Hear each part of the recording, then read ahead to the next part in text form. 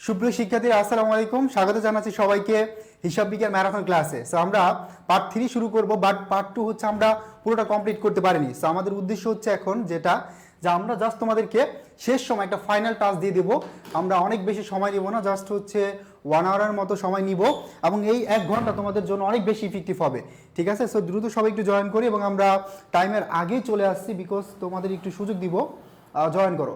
ওকে, so আমরা এই final ক্লাসে যেটা করব তোমাদেরকে দেখাই দিব যে সিকিউগুলো স্পেশালি কোনগুলো আনসার করবা এবং বিশেষ করে আর্থিক অবস্থার বিবরণীর সিকিউগুলো আমরা একটু বেশি প্র্যাকটিস করব 2-3টা এবং প্রত্যেকটা চ্যাপ্টার আমরা একবার করে কি করব টাস্ক করে যাব। ওকে, সো আমরা একটু দ্রুত পড়তে জয়েন করে ফেলি এবং ফাইনাল টাস্ক যেহেতু এবং তোমাদের যেহেতু কালকেই পরীক্ষা, সো আমরা সর্বোচ্চ 1 ঘন্টা সময় নেব, 1 ঘন্টার বেশি সময় নিব না এবং এই সময়ের মধ্যে আমরা ইনশাল্লাহ সিকিউটা কমপ্লিট করব। স্পেশালি এটাই আমাদের টার্গেট, বাট প্রথমে আমরা কিছু এমসিকিউ সলভ করে তারপর সিকিউ সলভ করব। আর আরেকটা বিষয় ক্লিয়ার করি, সেটা হচ্ছে অনেকে বলতে পারো যে ভাইয়া পিডিএফ আরেকটা দেন। আমরা কিন্তু 3টা পার্টের জন্য একটা পিডিএফে হচ্ছে 3টা পার্ট সাজিয়েছি এবং তোমার এখানে এমসিকিউ সিকিউ দুইটাই আছে, ঠিক আছে? সো এই পিডিএফটা পড়লে ইনশাল্লাহ হয়ে যাবে। ওকে, সো আসসালামু আলাইকুম স্যার, কেমন আছেন? আলহামদুলিল্লাহ ভালো আছি। সো আমরা অনেক বেশি সময় নিব না, এখন সরাসরি কোশ্চেন সলভে চলে যাব এবং যেটা বললাম এটা হচ্ছে একটা কি ফাইনাল টাস্ক, শুধুমাত্র ফাইনাল টাস্ক, আমরা অনেক বেশি সময় নিব না, জাস্ট 1 আওয়ার। ওকে, সিকিউটা প্র্যাকটিস করব আর কিছু এমসিকিউ সর্বোচ্চ 10 থেকে 15টা এমসিকিউ আমরা ধুমসে প্র্যাকটিস করব, যেটা তোমাদের জন্য অনেক বেশি ইম্পর্টেন্ট, ঠিক আছে? সো এমসিকিউগুলো সলভ করে আমরা সিকিউ কমপ্লিট করে দিয়ে তোমাদেরকে ছেড়ে দিব। সো আমরা যতক্ষণ ক্লাস করব, হ্যাঁ আমরা যতক্ষণ আসি একদম সবাই মনোযোগ দিয়ে ক্লাস করবো, যাতে আমাদের এই সময়টুকু একদম ইফেক্টিভ হয়, ঠিক আছে? পুরোপুরি ইফেক্টিভ হয়, সেই বিষয়টা অনেক ইম্পর্টেন্ট। সো দ্রুত প্রত্যেকে জয়েন করে ফেলো, দ্রুত সবাই দ্রুত জয়েন করে ফেলো, আমরা শুরু করে দিব ক্লাস।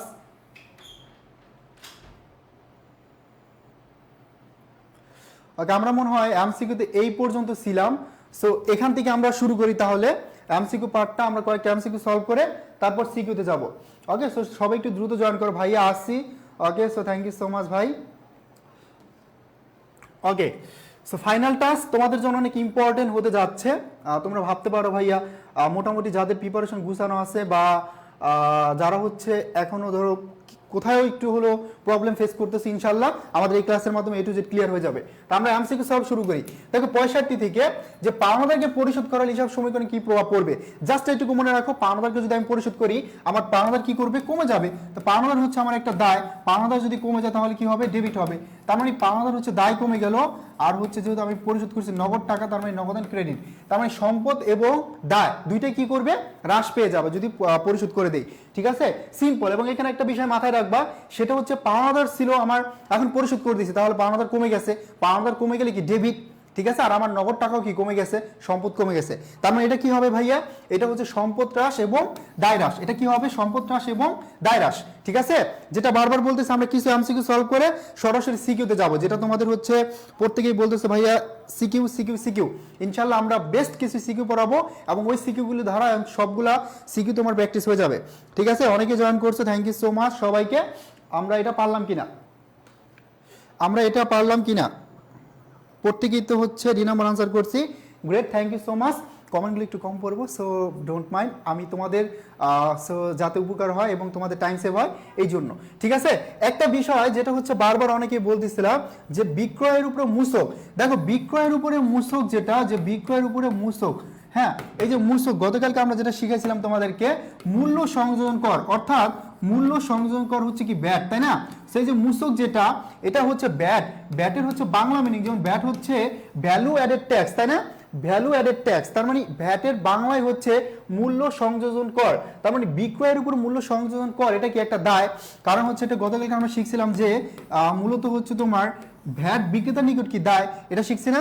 ব্যাটটা হচ্ছে বিক্রেতার নিকট কি বলতো, ব্যাট হচ্ছে বিক্রেতার নিকট হচ্ছে দায়, এই ব্যাটটা হচ্ছে বিক্রেতার নিকট দায়, এটা কিন্তু গতকালকে আমরা শিখছি। বিক্রেতার নিকট হচ্ছে ব্যাটটা হচ্ছে মূলত দায়, বিক্রেতার নিকট দায় এবং হচ্ছে সরকারের নিকট আয়, ক্রেতার নিকট কি বলতো ব্যয়, অর্থাৎ ক্রেতার নিকট হচ্ছে ব্যয়, এটা গতকালকে আমরা শিখাইছি। তারপরও এই কোশ্চেনটা বলো অনেকেরই প্রবলেম, সেটা এই জন্য একটু আলোচনা করলাম। ব্যাট যদি আসে, ব্যাট মানে হচ্ছে full meaning value added tax, Bangla হচ্ছে মূল্য সংযোজন কর, এবং এটার যদি আসে যে বিক্রেতার নিকট কি মূসক, তাহলে হচ্ছে দায়, ক্রেতার নিকট হচ্ছে ব্যয় এবং সরকারের নিকট হচ্ছে আয়। সবাই ক্লিয়ার আশা করি। ওকে ভাইয়া সিকিউ অনেক কিছু পারি না, অনির্বাণ সাহা, এই তো আমরা অল্প কিছু এমসিকিউ সলভ করে তারপর সিকিউতে যাব, ঠিক আছে? আমরা কিছু স্টুডেন্ট আসুক, আমরা এমসিকিউ সলভের মাধ্যমে তারপর হচ্ছে এটা একটু কমপ্লিট করে তারপর সিকিউতে চলে যাব। দেখো অনুপার্জিত আয় সিম্পল একটা ব্যাপার, এই কোশ্চেনটা অনেক ইম্পর্টেন্ট, অনেক সহজ বাট অনেক ইম্পর্টেন্ট। অনুপার্জিত আয়, এই অনুপার্জিতের আরেকটা নাম হচ্ছে অনর্জিত, একটু বিকল্প নাম মনে রাখো, এই কোশ্চেনটা কমন পেয়ে যাবো। অনর্জিত বা হচ্ছে অগ্রিম, ঠিক আছে? অনুপার্জিত, অনর্জিত আয় বা অগ্রিম আয় বিকল্প নাম, একই জিনিস। এটা হচ্ছে মূলত একটা দায়। এখন কোশ্চেন আসতে পারে ভাই এটা দায় কিভাবে? দেখো এটা দায় কিভাবে হয়, কারণ হচ্ছে আমি হচ্ছে সেবা দেইনি, এখনো সেবা প্রদান করিনি, বাট টাকা নিয়ে আসছি, অগ্রিম টাকা নিয়ে আসছি। আমি যেহেতু টাকা নিয়ে আসছি আমাকে কি করতে হবে? অবশ্যই কাজ করে দিতে হবে। তার মানে কি আমি দায়বদ্ধ না প্রতিষ্ঠানের কাছে? অবশ্যই দায়বদ্ধ। তার মানে অগ্রিম আয়, এটার আরেকটা নাম হচ্ছে অনর্জিত আয়, আরেকটা নাম হচ্ছে ভাইয়া অনুপার্জিত আয়, ঠিক আছে? তার মানে তিনটা কিন্তু একই জিনিস, একটু নোট করে ফেলো, এটা কিন্তু কোশ্চেনটা খুব ইম্পর্টেন্ট এবং এই কোশ্চেনটা আসার পসিবিলিটি অনেক বেশি, ঠিক আছে? ওকে, তার মানে অনুপার্জিত, অনর্জিত আয় বা অগ্রিম আয় এটা হচ্ছে তোমার মূলত একটা দায়। ক্লাসটা 9টা থেকে শুরু হওয়ার কথা ছিল না, এখন কয়টা বাজে? এখন তো 9:04, তো আমরা তো 9টা থেকে শুরু করছি। তো এই কোশ্চেনটা একটু মনে রাখবো, অনর্জিত, অগ্রিম আয় বা অনুপার্জিত এটা হচ্ছে একটা দায়, খুবই ইম্পর্টেন্ট, এটা আসার পসিবিলিটি আছে, ঠিক আছে? ওকে, তারপরে আমরা চলে যাব এই কোশ্চেনটা। দেখো এটা খুবই সহজ একটা কোশ্চেন, যে মালিকের ব্যক্তিগত অর্থ দ্বারা কারবারের কর্মচারী বেতন প্রদান করছে। তার মানে এখানে হচ্ছে বেতন যেহেতু প্রদান করছে, বেতন প্রদান করলে এটা একটা ব্যয়, তার মানে বেতন হিসাব হয়ে যাবে ডেবিট। এখন খেয়াল করতে হবে যে বেতনটা কিসে করছে, নগদে করছে নাকি বাকিতে করছে নাকি ব্যাংকে করছে নাকি ব্যক্তিগত অর্থ দিয়া। মালিকের ব্যক্তিগত অর্থ দ্বারা যেহেতু করছে তার মানে তোমার ক্রেডিট হয়ে যাবে মূলধন হিসাব, ঠিক আছে? তার মানে যদি জাবেদা আসে আমরা অনেক দ্রুত আনসার না করে জাস্ট একটু সময় নিয়ে পড়ে বুঝে তারপর আনসার করবে, ঠিক আছে? কারণ হচ্ছে তুমি কোশ্চেন দেখলে মনে হবে যে ভাই এটা কারেক্ট অ্যান্সার, এটা মনে হবে কারেক্ট অ্যান্সার, বাট অ্যাকচুয়ালি কিন্তু এগুলো কারেক্ট হবে না। অনেক সময় দেখবা যে তোমার হচ্ছে কোশ্চেনে মানে এমনভাবে তার কোশ্চেনটা করে যাতে তুমি ভুল করো, ঠিক আছে? সেই কোশ্চেনটা দেখলে অনেকে বেতন হিসাব ডেবিট, নগদ হিসাব ক্রেডিট ভেবে নিবে, বাট এখানে খেয়াল করতে হবে এটা কিন্তু হচ্ছে মালিকের ব্যক্তিগত অর্থ দ্বারা পরিশোধ করছে। খেয়াল করবা এখানে কি চেক আছে কিনা, এখানে কি প্রাপ্য নোটের বিনিময় করছে কিনা, এখানে কি নগদে করছে কিনা, এটা ভালো করে খেয়াল করতে হবে। বিশেষ করে উত্তোলনটাকে আমাদের ঝামেলাটা হয়, ঠিক আছে? সেই বিষয়টা একটু মাথায় রাখবা। অনেকে জয়েন করছো, আমরা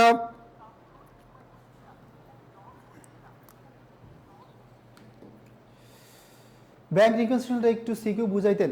আমরা প্রথমে ব্যাংক সমন্বয়বিটা সিকিউটা বুঝাবো। ব্যাংক সমন্বয় যাদের টার্গেট আছে আমরা প্রথমে হচ্ছে এটাকে বুঝাবো, ঠিক আছে? তারপর দেখো নগদ প্রাপ্তি প্রদান যাবতীয় প্রস্তুতের মাধ্যমে আমরা কি জানি। দেখো নগদ প্রাপ্তির মাধ্যমে আমরা জানি যে আমার প্রতিষ্ঠানে নগদ কি কি আসলো, এটা আমরা জানতে পারি, ঠিক আছে?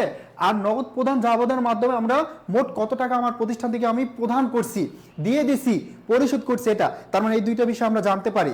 সো এই কনসেপ্টগুলো একটু মাথায় রাখবা, এটাই দরকার। ওকে, সো ক্লিয়ার স্যার? আরো একবার দেখো, আমরা একটু দ্রুত যাচ্ছি কারণ হচ্ছে তোমাদের জন্য এটা ইম্পর্টেন্ট। উত্তোলন নিয়ে একটি বিস্তারিত প্লিজ স্যার, মেহেদি হাসান বলছো। ওকে, আমরা আর দিয়ে একটা এমসিকিউ সলভ করি, উত্তোলনে একটা দিকে চলে আসেনি তাহলে আমরা ওটা দিয়া করতে পারবো। দেখো কোন জাবেদার মাধ্যমে আয় বা হিসাব বন্ধ করা হয়। আমরা গতকালকে সমাপনী দাখিলার A to Z কমপ্লিট করছি, তো তুমি জানো যে সমাপনী দাখিলার মাধ্যমে আমরা সকল প্রকার এই সমাপনী জাবেদার মাধ্যমে বা দাখিলার মাধ্যমে আমরা সকল প্রকার নামিক হিসাব কি করি, বন্ধ করে দেই। তার মানে নামিক হিসাব কোনগুলো বলো তো ভাইয়া? নামিক অস্থায়ী বা অবাস্তব হিসাব কোনগুলা? এই নামিক অস্থায়ী অবাস্তব হিসাব হচ্ছে সকল প্রকার আয়, ব্যয় এবং উত্তোলন। আয়, ব্যয়, উত্তোলন এইগুলো হচ্ছে আমরা কি করি, বন্ধ করে দিই। কিসের মাধ্যমে? সমাপনী দাখিলার মাধ্যমে। তাহলে কোশ্চেনটা আসছে কি, যে সমাপনী দাখিলার মাধ্যমে বন্ধ করা হয় কোনটা? তাহলে হবে কি ভাইয়া? সমাপনী দাখিলা, ঠিক আছে? যদি আসে সমাপনী দাখিলার মূল উদ্দেশ্য কি? হিসাবের যে শূন্য করা। কোন হিসাবের যে শূন্য করা হয়? নামিক হিসাবের। নামিক হিসাব কোনগুলো? সকল প্রকার আয়, ব্যয় এবং উত্তোলন, ঠিক আছে? আয়, ব্যয় এবং উত্তোলন, আর্থিক বিভিন্ন সবগুলাই করবো আমরা, আয়, ব্যয় এবং উত্তোলন। এখন দেখো উত্তোলন নিয়ে জাস্ট এখানে আমরা একটু আলোচনা করে ফেলি। আমরা নর্মালি জানি যে উত্তোলন হচ্ছে অলওয়েজ ডেবিট। উত্তোলন করলে উত্তোলন হিসাব অলওয়েজ কি ভাইয়া? উত্তোলন হিসাব হচ্ছে অলওয়েজ ডেবিট, ঠিক আছে? Always debit. এখন দেখো উত্তোলন হিসাব ডেবিট, নগদান হিসাব ক্রেডিট, বাট উত্তোলন যদি করে পণ্য উত্তোলন, যদি মনে করো পণ্য উত্তোলন করে তাহলে নগদানের জায়গায় হয়ে যাবে ক্রয়। যদি হচ্ছে পণ্য উত্তোলন করে তাহলে ক্রেডিট হয়ে যাবে ক্রয়, ঠিক আছে? ক্রেডিট হয়ে যাবে ক্রয়, ঠিক আছে? যদি পণ্য উত্তোলন করে। তারপর দেখো একটা বিষয় মনে রাখবা, জীবন বীমা। এই জীবন বীমা এটা একটা উত্তোলন, জীবন বীমা একটা উত্তোলন, মানে উত্তোলন হিসাব ডেবিট, নগদান হিসাব ক্রেডিট। তারপর আয়কর প্রদান, এটাও একটা উত্তোলন। এই দুইটা বিষয় একটু মাথায় রাখলেই হবে, ঠিক আছে? তারপরে যদি কোশ্চেন আসে যে বিক্রয় মূল্য পণ্য উত্তোলন, তাহলে হচ্ছে ক্রয় তোমার কি হয়ে যাবে, যে বিক্রয় হিসাব ডেবিট এবং ক্রয় হিসাব ক্রেডিট, ঠিক আছে? ওকে, তারপরে আমরা দেখব যে বিপরীত দাখিলা কখন দেওয়া হয়। আমরা জানি যে প্রারম্ভিক দাখিলাটা এবং বিপরীত দাখিলা এই দুইটা দাখিলাকে আমাদের হিসাবকালের শুরুতে দেওয়া হয়, আর সবগুলো কি হিসাবকাল শেষে দেওয়া হয়। বুঝতে পারছি? আর সবগুলো হচ্ছে হিসাবকালের শেষে দেওয়া হয়। সবগুলো কি করা হয়? শেষে দেওয়া হয়। ওকে, সবগুলো হচ্ছে শেষে দেওয়া হয়।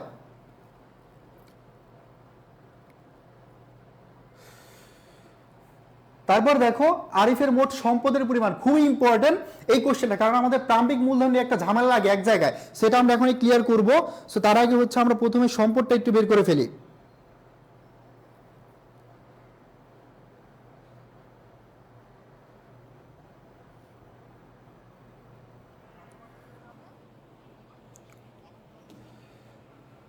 ওকে, তো দেখো এখানে বলছে আরিফের মোট সম্পদ, তার মানে টোটাল সম্পদটা তুমি এখানে ক্যালকুলেশন করে ফেলবা।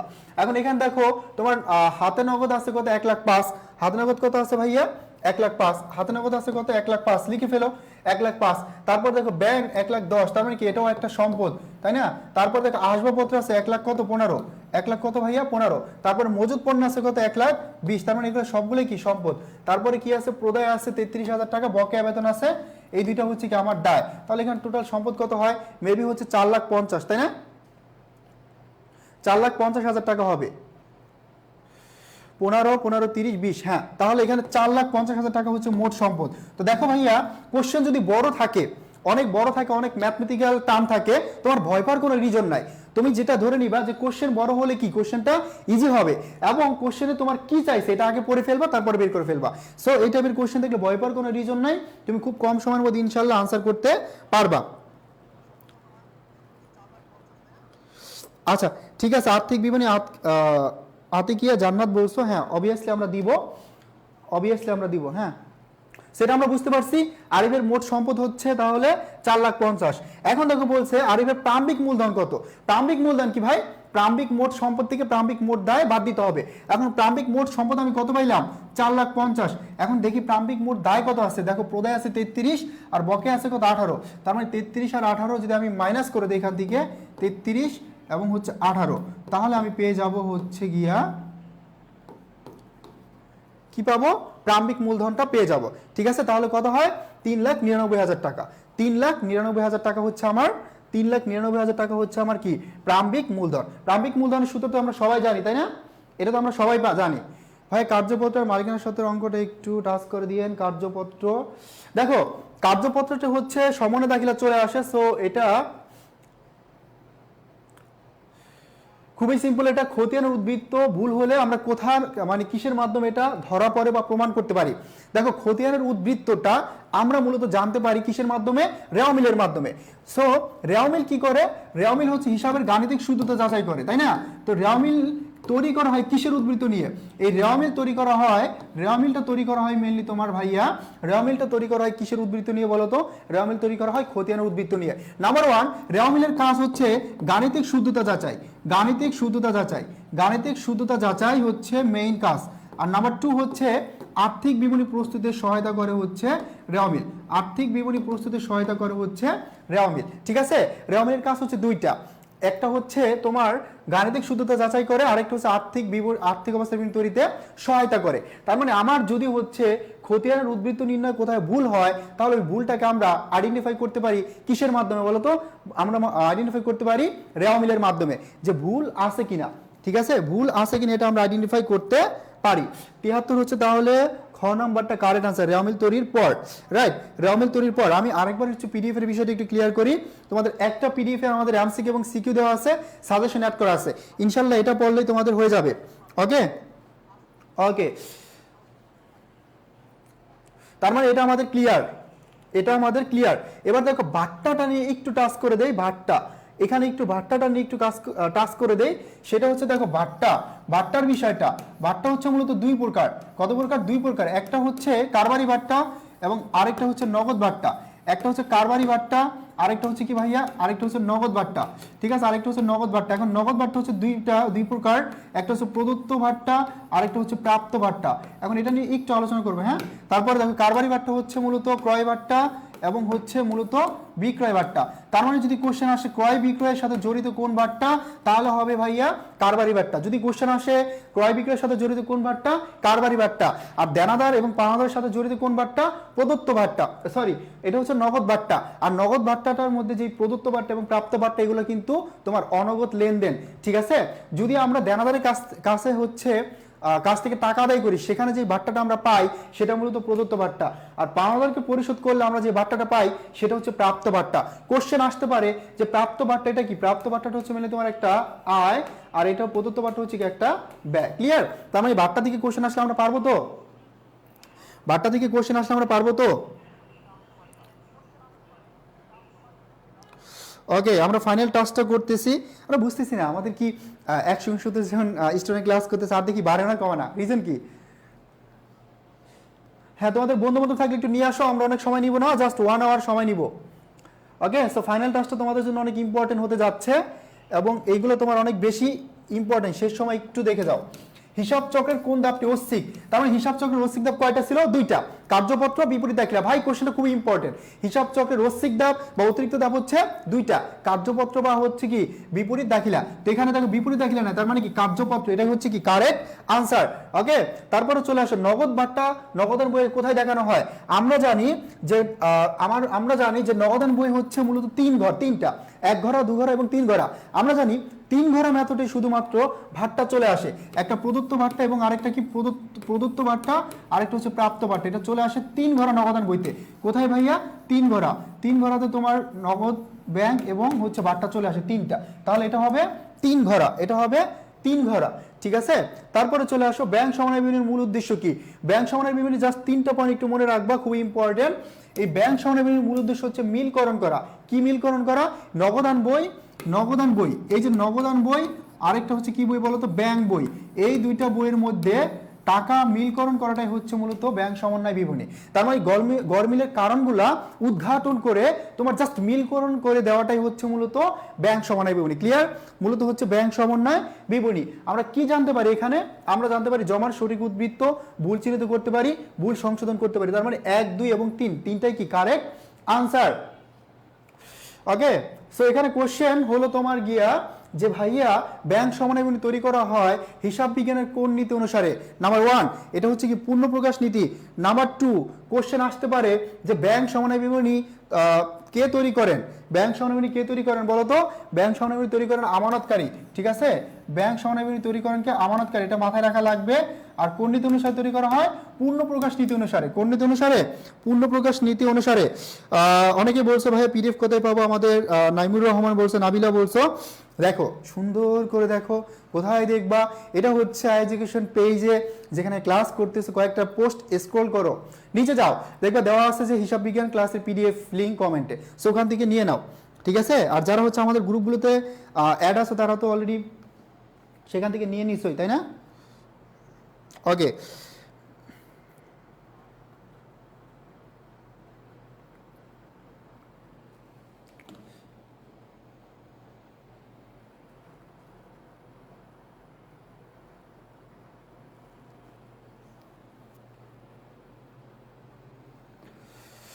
ওকে, তাহলে ব্যাংক সমন্বয় থেকে কোশ্চেন আসলে আমরা পারবো তো? অবশ্যই আমরা টার্মগুলো আরো ক্লিয়ার করব। এই দ্রুততর দাখিলা পদ্ধতির গোড়াপতন হয় কত সালে? 1494 সালে। এখন এখানে আরেকটু বিষয় মাথায় রাখবা, দ্রুততর দাখিলা পদ্ধতির জনককে? লুকা প্যাসিলি, তাই না? লুকা প্যাসিল, এটা আমরা জানি। যদি আসে লুকা প্যাসিলির ফুল নাম কি? তাহলে ফ্রা বার্টোলোমিও ডি প্যাসিউলি, ফ্রা বার্টোলোমিও ডি প্যাসিউলি, এটা হচ্ছে তার ফুল নেম। এবং তোমরা বইয়ের নামটা তো প্রত্যেকেই জানো, তাই না? যে সুম্মা ডি অ্যারিথমেটিকা জিওমেট্রিয়া প্রপোর্শনিয়েট প্রপোর্শনালিটা। এমসিকিউতে আসলে আশা করি আইডেন্টিফাই করতে পারবা, ইজিলি পারবা। এবার আসো খতিয়ানের টি ছকে কলম থাকে কয়টা? কয়টা থাকে? 8টা। ডেবিট দিকে 4টা, ক্রেডিট দিকে 4টা, ঠিক আছে। তারপরে দেখো কোশ্চেন, এই যে এটা খুব ইম্পর্টেন্ট, যে তোমরা মূলত যদি ভুল হয় রেওয়ামিলের, এটা কিভাবে আইডেন্টিফাই করবা? ধরো এখানে প্রাপ্ত ভাটার পরিমাণ 100 টাকা, রেওয়ামিলের ভুল পাশে লেখা হয়েছে, তাহলে দুই পাশের পার্থক্য কত টাকা হবে? কত টাকা হবে বলো তো? পার্থক্য হবে হচ্ছে ডাবল হয়ে যাবে, কারণ সে কি করছে? ভুল পাশে লিখছে। তাহলে ভুলটাকে আগে আমি কারেক্ট করলাম, এবার যে লেখার কথা ছিল 100, তাহলে পার্থক্য হবে কত টাকা? পার্থক্য হবে হচ্ছে এত টাকা। কত হয়? 200 টাকা। এখন আমি এখানেই তোমাদেরকে ভুল নিয়ে কয়েকটা কোশ্চেন সলভ করে দিতে যাচ্ছি। সেটা হচ্ছে নাম্বার 1 কোশ্চেন আসতে পারে এইভাবে যে ইহা কোন ধরনের ভুল, এই ভুলটা বিশেষ করে দেখো এখানে লেখার কথা ছিল হচ্ছে তোমার কত টাকা ভাই 100 টাকা, যেটা ভুল পাশে লিখছে তার মানে এটা কি ভুল, এটা হচ্ছে লেখার ভুল। ওকে, এটা হচ্ছে কি ভাইয়া, এটা হচ্ছে লেখার ভুল। এখন আমি এখান থেকে তোমার অনিশ্চিত হিসাব একটু ভালো করে খেয়াল করো, আমরা 1 মিনিটে হচ্ছে অনিশ্চিত হিসাব থেকে যত ম্যাথ আসবে যে কোনো ক্যাটাগরিতে আসুক আমরা ইজিলি সলভ করতে পারবো। আমরা জাস্ট তিনটা ম্যাথ সলভের মাধ্যমেই পারবো, ঠিক আছে। যেমন একটি হিসাবের যে ধরো হচ্ছে কত টাকা, একটি হিসাবের যে ধরো হচ্ছে 80 টাকা, হ্যাঁ, যা রেওয়া মিলের ভুল পাশে লেখানো হয়েছে, এটা দ্বারা আমরা ইনশাল্লাহ সবগুলো কমপ্লিট করবো। যে রেওয়া মিলের ভুল পাশে লেখা হয়েছে, তাহলে পার্থক্য কত, ভুল পাশে লেখা হয়েছে, তাহলে পার্থক্য কত হবে, ঠিক আছে, তাহলে পার্থক্যটা কত হবে। সো আমরা এখানে তিনটা ম্যাথ শিখবো, তিনটা ধারা সবগুলো আমরা ইনশাল্লাহ এই চ্যাপ্টার থেকে ম্যাথ আসলে কমপ্লিট করতে পারবো। ভালো করে খেয়াল করো, কোশ্চেনটা এভাবে আসবে যে একটি হিসাবের জের 80 টাকা, একটা হিসাবের জের 80 টাকা, যা রেওয়া মিলের ভুল পাশে লেখা হয়েছে, তাহলে দুই পাশে ডিফারেন্স কত হবে। তো দেখো তোমার কাজ হচ্ছে দুইটা, এখানে দুইটা কাজ করবা। নাম্বার 1 যে ভুলটা করছে না, ভুলটাকে রাইট করবা। ধরো আমরা স্বাভাবিকভাবে জানি যে রেওয়া মিলের পাশ থাকে কয়টা, দুইটা, একটা ডেবিট একটা কি ভাইয়া ক্রেডিট। মনে করো 80 টাকার লেখার কথা ছিল ডেবিট পাশে, বাট ও ডেবিট পাশে তো লেখেই নাই, বরঞ্চ ভুল করে কি ক্রেডিট পাশে লিখে ফেলছে, তার মানে ভুল করছে। তুমি এটা যদি সংশোধন করতে চাও, পার্থক্য বের করতে চাও, তোমার কাজ হচ্ছে দুইটা। নাম্বার 1 তুমি হচ্ছে ভুলটাকে কারেক্ট করবে, এই যে ভুল করছো 80 টাকা, এটাকে আমি লিখে ফেললাম। নাম্বার 2 যে লেখার কথা ছিল কত টাকা 80 টাকা, যেটাও লেখেই নাই বরং ভুল করে অন্য পাশে লিখছে, তার মানে এখানে আমি 80 টাকা লিখে দিলাম। তাহলে ডিফারেন্স কত হলো 160 টাকা, ঠিক আছে। এবার দেখো এই কোশ্চেনটা যদি আসে যা রেওয়া মিলের ভুল পাশে ধরো দুইবার লেখা হয়েছে, এখানে যদি আসে কোশ্চেনটা যে রেওয়া মিলের ভুল পাশে ধরো দুইবার লেখা হয়েছে, তখন কি করবা, তখন পার্থক্য কত হবে। ধরো ভুল পাশে দুইবার লেখা হয়েছে, তখন পার্থক্য কত হবে, দুইবার লেখা হয়েছে তখন পার্থক্য কত হবে, যদি দুইবার লেখা হয় পার্থক্য কত হবে, ভালো করে খেয়াল করে একটু। যদি দুইবার ভুল করে তাহলে পার্থক্য কত টাকা হবে, 160 টাকা ফিহা বলছো। যদি দুইবার ভুল করে, দেখো তোমার কোনো ভয় নাই, ভুল করছে কয়বার, দুইবার, তাহলে তুমি দুইবার রাইট করবা। ধরো দুইবার ভুল করছো, দুইবার রাইট করলাম, এবার আমি আরেকটা জেল লিখে দিলাম, তাহলে কত হয় 3 আর 24, পার্থক্য হবে 240 টাকা, ঠিক আছে। এখন দেখো কোশ্চেনটা ধরো ভুল পাশে ধরো জের আছে 80 টাকা, যা রেওয়া মিলের ভুল পাশে লেখা হয়েছে, ধরো ভুল পাশে লেখা হয়েছে 180 টাকা। এখন কি করবা, সেম কাজ, এবার ও ভুল করছে কত টাকা 180 টাকা লিখে ফেলছে, ও যতবার ভুল করবে তুমি ততবার কারেক্ট করবা, তারপর জেডটা লিখে দিবা, তাহলে ডিফারেন্স বের হয়ে যাবে। তারপর দেখো ভাইয়া যদি হচ্ছে এখানে জেড লেখার কথা ছিল 80 টাকা, বাট ভুলে লেখছে, ভুল পাশে লিখছে 180 টাকা, তখন তোমার কাজ সেমই, যেহেতু ভুল করছে কত টাকা 180 টাকা এটা লিখবা, এবার জেড লেখার কত টাকা 80 টাকা এটা লিখবা, তাহলে দেখো কত হয় 0 8 8 16 260 পার্থক্য, ঠিক আছে। পার্থক্য তিনটা আমরা শিখে গেলাম। একদম 4 নাম্বার যেটা, এটা আরো ইজি, এটা একটু ভালো করে মনোযোগ দাও। সেটা হচ্ছে যদি ভুল পাশে না লেখে, ধরো একটা হিসাবের যে ধরো আছে ধরো 32 টাকা, যেটা ভুলে হচ্ছে লিখছে 72 টাকা।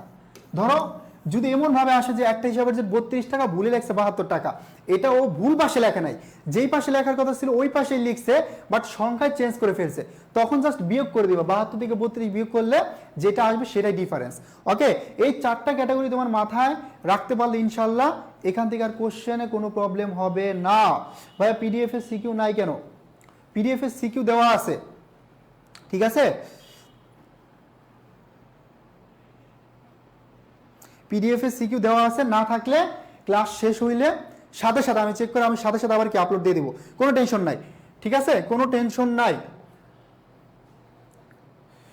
অয়েস পোর্শনের সম্পদ কোনটা আমরা সবাই ভালো করে জানি যে এখানে প্যাটেন্ট হচ্ছে অয়েস পোর্শনের সম্পদ, কারণ হচ্ছে কি বলতো, আমরা জানি যে সম্পদটা ধরা যায় না, ছোঁয়া যায় না বা স্পর্শ করা যায় না, সেটাই হচ্ছে গিয়া তোমার অয়েস পোর্শনের সম্পদ, ঠিক আছে। আরাফাত সবাই বলতেছে সিকিউ করা, জাস্ট ওয়েট, ঠিক আছে, আমরা এখনই করাবো, এখনই চলে যাব, সমস্যা নাই, জাস্ট একটু ওয়েট করো, আমরা আর কয়েকটা এমসিকিউ সলভ করি। কত বাজে 22, অ্যাটলিস্ট 30 মিনিট, ঠিক আছে, 8 মিনিট করি আমরা এমসিকিউ, ওকে, 8 মিনিট ইনশাল্লাহ কমপ্লিট করে ফেলতে পারবো। তারপর দেখো নিচের কোনটি মুনাফা জাতীয় হয়, সিম্পল, এটা হচ্ছে কি বলতো, এটা হচ্ছে সম্পদ বিক্রয় আছে, সুদ প্রাপ্তি আছে, শেয়ার অধিহার, জমি বিক্রয়, তার মানে সুদ প্রাপ্তি, এটাই হচ্ছে কি এখানে মুনাফা জাতীয় আয়। আমরা একটাই দেখতেছি এখানে মুনাফা জাতীয় আয়, সেটা হচ্ছে সুদ প্রাপ্তি, আর বাকিগুলো কি বলতো মূলধন জাতীয় আয়, ঠিক আছে। কারণ মুনাফা জাতীয় আয়ের টাকার অ্যামাউন্টটা ছোট হয়, মেয়াদকালকে 1 বছরের কম হয় এবং নিয়মিত সংগঠিত হয় যে লেনদেনগুলো, সেটাই, ঠিক আছে। ওকে, তারপর দেখো কার্যপত্রের অংশ আমরা এগুলা জানি, যিনি সবগুলো চিনি। আমরা আরেকটা দেখবো, একটু বকেয়া বেতনটা একটু দেখবো, যা সমন্বয়নের আমরা দুইটা টার্ম একটু ক্লিয়ার করে দিই তোমাদেরকে। সমন্বয় দাখিলার, সমন্বয় দাখিলার দুইটা টার্ম ভালো করে মনোযোগ দাও, খুবই ইম্পর্টেন্ট, খুবই ইম্পর্টেন্ট।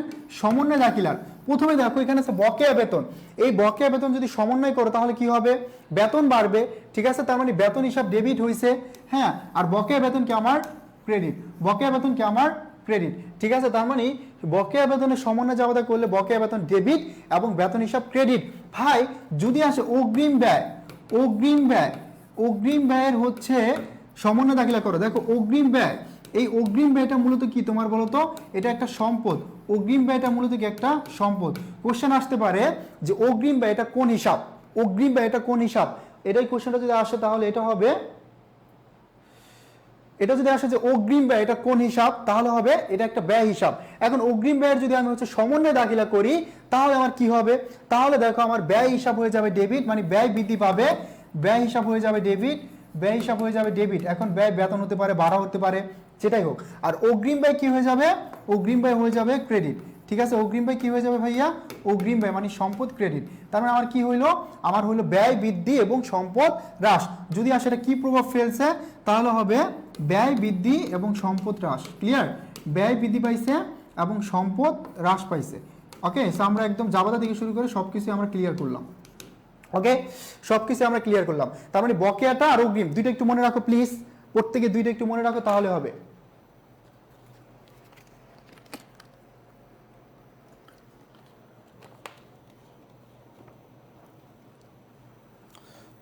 অগ্রিম আয় এবং অনুপার্জিত এটা হচ্ছে দায়, এটা আমরা আগেই কমপ্লিট করছি, ঠিক আছে।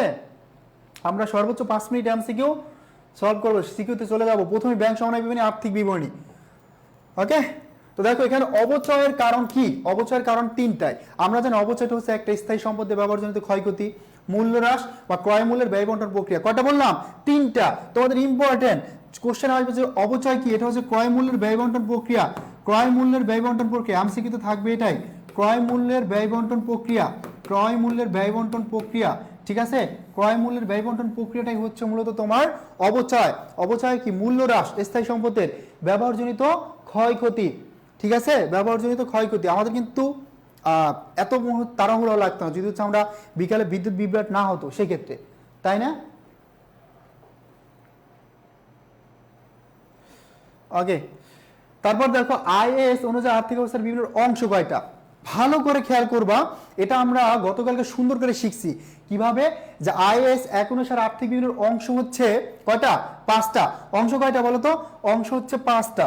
অংশ হচ্ছে কয়টা বলতো, অংশ হচ্ছে 5টা, অংশ হচ্ছে 5টা। আর যদি বলে আইএস 1 অনুযায়ী আর্থিক অবস্থার বিবরণী কয়টি, যদি আসে বিবরণী কয়টি তাহলে হবে 4টি। ক্লিয়ার, যদি আসে বিবরণী কয়টি তাহলে হবে 4টি, আর যদি আসে অংশ কয়টি তাহলে হবে 5টি, ঠিক আছে। বিজয় আমার নামটা পড়েন। দেখো ভাই এখন আমরা হচ্ছে নাম পড়তেছি না তোমাদের সবার সুবিধার্থে, হ্যাঁ, এটা ইম্পর্টেন্ট। সেই কোশ্চেনটা সবাই পারবো তো। আর্থিক বিবরণীর অংশ হচ্ছে 5টা, আইএস 1 অনুসারে আর্থিক বিবরণীর অংশ হচ্ছে 5টা, আর আইএস 1 অনুযায়ী আর্থিক বিবরণী হচ্ছে, শুধু বিবরণী যদি বলে, স্টেটমেন্ট যদি বলে তাহলে হবে 4টা। ওকে, তাহলে হবে কয়টা, 4টা। ওকে, এখন দেখো বিশদায়ী বিবরণীর মূল উদ্দেশ্য আমরা জানি, এটা কি নিট আয় অথবা নিট মুনাফা অথবা নিট ক্ষতি বের করা, ঠিক আছে। তারপর আমরা চলে যাব একটা ম্যাথ সলভ করব যে বিক্রয়ের পরিমাণ কত। সিম্পল, দেখো বিক্রয়ের পরিমাণ আমরা কিভাবে বের করতে পারি, আমরা বিক্রিত পণ্যের ব্যয়ের সাথে যদি মুনাফা যোগ করে দিই তাহলে কি পাবো, বিক্রিত পণ্যের ব্যয়ের সাথে মুনাফা যোগ করে দিলে আমরা পাবো বিক্রয়। এখন দেখো বিক্রিত পণ্যের ব্যয় দেওয়া আছে কোশ্চেনে, ভালো কথা, কত 90। তারপর দেখো মোট লাভও দেওয়া আছে, ভালো, তার মানে কত 30। তার মানে আমার যদি হচ্ছে গিয়া আমরা বিক্রিত পণ্যের ব্যয়ের সাথে মুনাফা অথবা মোট লাভ যোগ করি তাহলে কি পেয়ে যাব, বিক্রয় পেয়ে যাব, কত হয় 1,20,000 টাকা, কত হয় 1,20,000 টাকা। 1,20,000 টাকা। ঠিক আছে, তাহলে 1,20,000 টাকা হলো। এখন দেখো সমাপনী মজুদের পরিমাণ কত ক্যালকুলেশন করতে বলছে, সমাপনী মজুদ পরিমাণ। তার মানে আমরা এখান থেকে সমাপনী মজুদের পরিমাণটা বের করব। কিভাবে বের করবো ভাইয়া? আমরা প্রথমেই বের করব হচ্ছে বিক্রয়যোগ্য পণ্যের ব্যয়। এখানে দেখো ক্রয় কত, 1 লাখ, ক্রয় কত আছে 1 লাখ, প্রারম্ভিক মজুদ কত আছে 10,000, প্রারম্ভিক মজুদ আছে 10, আমার কি আর কিছু আছে, ক্রয় আছে নাই, তার মানে 1,10,000 টাকা হলো আমার বিক্রয়যোগ্য পণ্যের ব্যয়। এখন এই বিক্রয়যোগ্য পণ্যের ব্যয় থেকে বাদ দিব কি বিক্রিত পণ্যের ব্যয়, কত আছে 90। তার মানে বিক্রয়যোগ্য পণ্যের ব্যয় থেকে বিক্রিত পণ্যের ব্যয় যদি আমি বাদ দিয়ে দেই, তাহলে আমি যেটা পাবো সেটা হচ্ছে মূলত ধরো 0,0,0,0 20,000 টাকা, তাই না? তাহলে কত হয়, সমাপনী মজুদ পণ্য হয় 20,000 টাকা, সমাপনী মজুদ পণ্য হয় 20,000 টাকা। সমাপনী মজুদ পণ্যের সূত্র হচ্ছে, সমাপনী মজুদ পণ্যের সূত্র কি বলতো, সূত্রটা হচ্ছে প্রারম্ভিক মজুদ পণ্যের সাথে ক্রয়টা যোগ করবা, যেটা পাবে সেটা হচ্ছে বিক্রয়যোগ্য পণ্যের ব্যয়। বিক্রয়যোগ্য পণ্যের ব্যয় থেকে বিক্রিত পণ্যের ব্যয় বাদ দিলে আমরা পাবো কি সমাপনী মজুদ পণ্য। ক্লিয়ার? এই দুইটা ম্যাথ খুবই ইম্পর্টেন্ট। সো এই দুইটা ম্যাথ সবাই ক্লিয়ার কিনা? ভাইয়া গ্রুপ অ্যাড হবে কিভাবে, কোন গ্রুপ অ্যাড হবা, জাস্ট হচ্ছে রিকোয়েস্ট দাও, ফ্রি যে গ্রুপগুলো আছে সেখানে রিকোয়েস্ট দাও, তাহলে হবে। হ্যাঁ ভাই, এই দুইটা সবাই বুঝতে পারছি তো, বিক্রয়টা কিভাবে ক্যালকুলেশন করে এবং হচ্ছে তোমার সমাপনী মজুদ পণ্যটা কিভাবে ক্যালকুলেশন করে। তোমার সমাপনী মজুদ পণ্য অথবা বিক্রিত পণ্যের ব্যয়, এখান থেকে একটা কোশ্চেন আসবেই। ভাইয়া ব্যাংক সনদ সিকিউ টাস্ক দেন, সবার আগে আমরা ব্যাংক সনদ সিকিউ টাস্ক দিব। তোমাদের কমনগুলো একটু কম পড়তেছে, রিজন একটাই, আমরা একটু দ্রুত ছেড়ে দিতে চাচ্ছি তোমাদের, ঠিক আছে, ফাইনাল টাস্কটা দিয়ে। ওকে, এই যে সমাপনী মজুদ পণ্যের পরিমাণ, দেখবা যে এই কোশ্চেনগুলো কি পরীক্ষার হলে গিয়ে চলে আসছে, দেখবা যে এই টাইপের কোশ্চেনগুলাই। দেখো তরল সম্পদ, আমরা জানি যে তরল সম্পদ হচ্ছে যে সম্পদটা যত তাড়াতাড়ি নগদ টাকায় রূপান্তর করা যায় সেটা তত ভালো তরল সম্পদ। এখানে কি প্রাপ্য হিসাবটা একটা তরল সম্পদ, ঠিক আছে। এই যে দেখো নিচের কোনটি লেনদেন নয়, খুবই সিম্পল, যে যেটা মূলত অর্থের অঙ্ক দ্বারা পরিমাপযোগ্য হবে না লেনদেন, এটা সবাই আইডেন্টিফাই করতে পারবে আশা করি। প্রথমটা যেমন ব্যক্তিগত ব্যবহারের জন্য কলম করা, এটা হচ্ছে তোমার কোনো লেনদেন না, ঠিক আছে। ওকে, সমীকরণ বেসিকটাও জানো, তারপরে ডেবিট ক্রেডিট উৎপত্তি জানো, আমরা কমপ্লিট করে ফেললাম এমসিকিউটা। সো আমাদের শুরু হবে এখনই সিকিউ প্র্যাকটিস, ঠিক আছে, সিকিউ প্র্যাকটিস। তার আগে আমি এখানে একটা বিষয় একটু ক্লিয়ার করে দেই, দুইটা ফেরত, সো অনেকের কনফিউশন মনে, ঠিক আছে। এখান থেকে একটু এটার মাধ্যমে আমাদের শেষ এমসিকিউ, আমরা এখন সিকিউ প্র্যাকটিস করব। ওকে, এখন দেখো দুইটা ফেরত, একটা হচ্ছে বিক্রয় ফেরত, আরেকটা হচ্ছে ক্রয় ফেরত, ঠিক আছে। দেখো এটার মধ্যে কি লুকিয়ে আছে, এটা বিক্রয় ফেরত আর এটা হচ্ছে ক্রয় ফেরত। এখন এই দুইটার মধ্যে কি লুকিয়ে আছে আমরা জানি, তুমি এটা মনে রাখবা, বিক্রয় অলওয়েজ কি ক্রেডিট, বিক্রয় অলওয়েজ কি ক্রেডিট, তাহলে বিক্রয় ফেরত কি হবে ভাইয়া, বিক্রয় ফেরত হবে অলওয়েজ ডেবিট, এটা মনে রাখবা। যেমন ক্রয় কি ডেবিট, ক্রয় হিসাবে যে কি ডেবিট, তাহলে ক্রয় ফেরত কি হবে, ক্রয় ফেরত হবে ক্রেডিট, ঠিক আছে। এখন এই ক্রয় ফেরত হচ্ছে একটা বিপরীত ব্যয়, এটা কি একটা বিপরীত বা প্রতি অথবা ব্যয়, বিপরীত অথবা প্রতি অথবা কন্ট্রা ব্যয়, ঠিক আছে। এটা হচ্ছে একটা কন্ট্রা ব্যয় আর এটা হচ্ছে একটা বিপরীত আয়, ঠিক আছে। তো আমরা হচ্ছে এগুলো একটু ক্লিয়ার করলাম, আশা করি তোমাদের মাথায় থাকবে, ঠিক আছে। তো এখানে বলছে জাবেদা কি হবে, তোমার বিক্রয় ফেরত ডেবিট এবং বিক্রয় ফেরতের সাথে সম্পর্ক কার, দেনাদার, ক্রয় ফেরতের সাথে সম্পর্ক কার, পাওনাদার। সো আমাদের এমসিকিউ শেষ, এবার আমাদের সিকিউ সলভ স্টার্ট, ঠিক আছে, সিকিউ সলভ স্টার্ট। সবাই প্রস্তুতি নাও।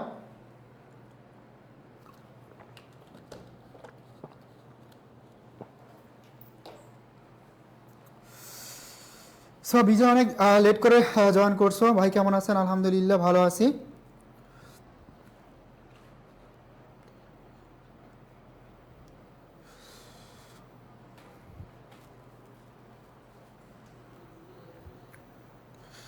ঠিক আছে, তো আমরা এখন শুরু করব ভাই ব্যাংক সনদের সিকিউ করান। ইয়েস, সো আমাদের শুরু হচ্ছে সিকিউ পার্ট সলভ। সো তোমাদের অপেক্ষার অবসান শেষ। প্রথমে আমরা যেটা করতে যাচ্ছি, খুবই ইম্পর্টেন্ট একটা কোশ্চেন তোমাদের জন্য ইনশাল্লাহ। একটা কোশ্চেনে আমি দেখাবো ব্যাংক বনুসারে টাকা দেওয়া থাকলে কিভাবে করবা এবং নগদান বনুসারে টাকা দেওয়া থাকলে কিভাবে করবা। এখন আমাকে বলো যে এখানে কোন কোন মানে কে কে আসো যে জাস্ট ব্যাংক সমান ইউনিটকে টার্গেট করছো, যে আমরা ব্যাংক সমানাবিনী আনসার করে, এখানে কে কে আসো জাস্ট একটু দেখে আমরা আমাদের সিকিউ পার্টটা স্টার্ট করলাম, ঠিক আছে। Late join, so doesn't matter, join করছো, এখন ফোকাস করো। সব পড়াবো, জাস্ট টাস্ক করে দিব, তোমরা এতদিন পড়ছো, জাস্ট একটু টাস্ক করে দিব। ওকে, তাহলে আমরা সলভ করতে যাচ্ছি 2018 সাল, যারা যারা টার্গেট করছো ব্যাংক সমন্বয় বিবরণী ইনশাল্লাহ তাদের আরো ভালো করে একটা টাস্ক আমি দিয়ে দিব, তাহলে ইনশাল্লাহ ইনশাল্লাহ আমি নাই ভাইয়া দৃশ্য সম্পদ দিকে কয়টা প্রশ্ন আসবে, দুইটা আসার পসিবিলিটি অনেক বেশি। যে কি আফসিন আক্তার, আমি তারপর স্যার আমি ব্যাংক থেকে দিব, ও গ্রেট। আবদুল্লাহ, তারপর সাদিয়া, এরা সবাই মেধাবী তাই না? সো ব্যাংক সমন্বয় কিন্তু তারাই দেয় যারা হচ্ছে আগে থেকে প্র্যাকটিস করছে। আবু রশিদ আছে, তারপর বিজয় আসো, আর্থিক বিবরণী দেব দেন ভাই, সবগুলাই দিব, সমস্যা নাই। ওকে, জাস্ট ওয়েট, আমরা ব্যাংক সমন্বয় একটা করে করব, একটা করে দুইটা মেথড দেখাই দিব, দ্যাটস ইট। এখন ভালো করে খেয়াল করো, ব্যাংক সমন্বয় বিবরণী হচ্ছে খুবই সহজ একটা টপিক। এখানে তোমাকে যেটা টাস্ক করতে হবে, এবং আমি একটা ফর্মুলা দিব, একটা ফর্মুলা দ্বারা তুমি ইনশাল্লাহ একদম পুরোপুরি কনফিডেন্টলি মনে রাখতে পারবা।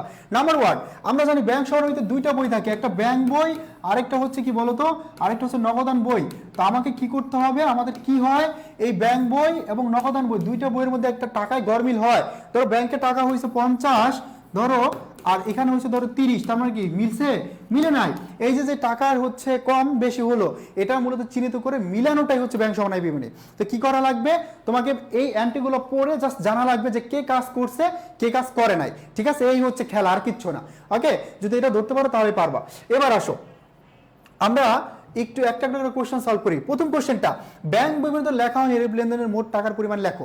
কিছু এন্ট্রি আছে যে তোমাকে ডিরেক্টলি বলবে না এটা কি ব্যাংক বইতে লিখছে নাকি নগদান বইতে, বাট ওটা বুঝে নিতে হবে পড়ে, ঠিক আছে? তো আজকে তার ডিটেলস অনেক বেশি পড়ানোর সময় না, আমরা জাস্ট একটু করে একটা একটা করে পড়বো তাহলে হবে। তো দেখো ক নাম্বার যদি আমরা সলভ করি, এখানে দেখো বলছে ব্যাংক বিবরণীতে লেখা হয়নি এরূপ লেনদেনের মোট পরিমাণ নির্ণয় করো। তো কোশ্চেনের দিকে তাকাও, প্রথম কোশ্চেনটাই যে 15,000 টাকার ইস্যুকৃত একটি চেক পরিশোধের জন্য এখনো ব্যাংক উপস্থাপন করে নাই, তার মানে একদম ডিরেক্টলি বলে দিচ্ছে যেটা ব্যাংক উপস্থাপন করা হয়ই নাই, ঠিক আছে? তাহলে কত টাকা? 15,000 টাকা, এটা ব্যাংক উপস্থাপন করা হয় নাই। তারপরেরটা দেখো, 20,000 টাকার একটি চেক আদায়ের জন্য ব্যাংকে জমা দেওয়া হয়েছে, বাট ব্যাংক কর্তৃক এখন আদায় হয়নি, তার মানে ব্যাংক এখনো কোনো কাজ করে নাই, এটাও কাজ কে করে নাই? ব্যাংক। তাহলে কত টাকা হয়? 20,000 টাকা। তার মানে ব্যাংক বইতে লেখা হয় না, টোটাল কত? 35,000 টাকা। ক্লিয়ার? সিম্পল। ওকে, হয়ে গেল।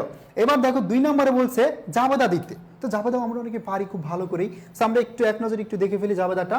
প্রথমটা দেখো, 4 নম্বরটা যে ব্যাংক বিবরণীতে লিপিবদ্ধ সেরূপ লেনদেনের জাবেদা ব্যাংক বিবরণীতে লেখা হয়েছে, তার মানে যেইগুলো ব্যাংক বিবরণীতে লেখা হয়েছে ওইগুলোর জাবেদা দিতে বলছে। এখন প্রথম দুইটা তো ব্যাংক বিবরণীতে লেখাই হয় নাই, লেখা হয়েছে প্রথম দুইটা ব্যাংক বিবরণীতে লেখাই হয় নাই, তার মানে এই দুইটা তো আমরা জাবেদা দিব না, ঠিক আছে? তাহলে জাবেদা দিব কি? এই 4 থেকে দেখো ব্যাংক কর্তৃক লভ্যাংশ আদায় হয়েছে, তার মানে ব্যাংক কর্তৃক লভ্যাংশ আদায় হইলে ব্যাংক হিসাব ডেবিট, কারণ ব্যাংকে টাকা বাড়ছে। এবং দেখো লভ্যাংশ যেহেতু আদায় হয়েছে, লভ্যাংশ কি? একটা আয়, তার মানে লভ্যাংশ আয় হিসাব কি হবে? লভ্যাংশ আয় হিসাব হয়ে যাবে তোমার ক্রেডিট, ঠিক আছে? 5 নম্বরটা দেখো, ব্যাংক কর্তৃক প্রদায় হিসাবে 10,000 টাকা পরিশোধ করছে। ব্যাংক কি করছে? 52,000 টাকা পরিশোধ করছে। ব্যাংক যদি 52,000 টাকা পরিশোধ করে,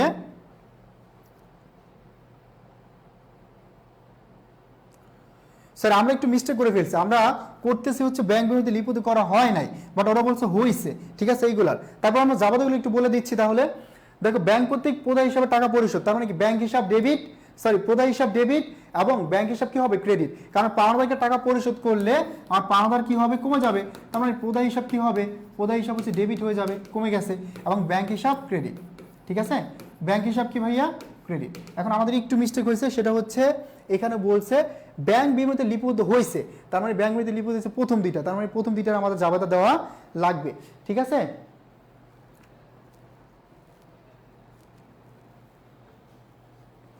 প্রথম দুইটার আমার কি করা লাগবে?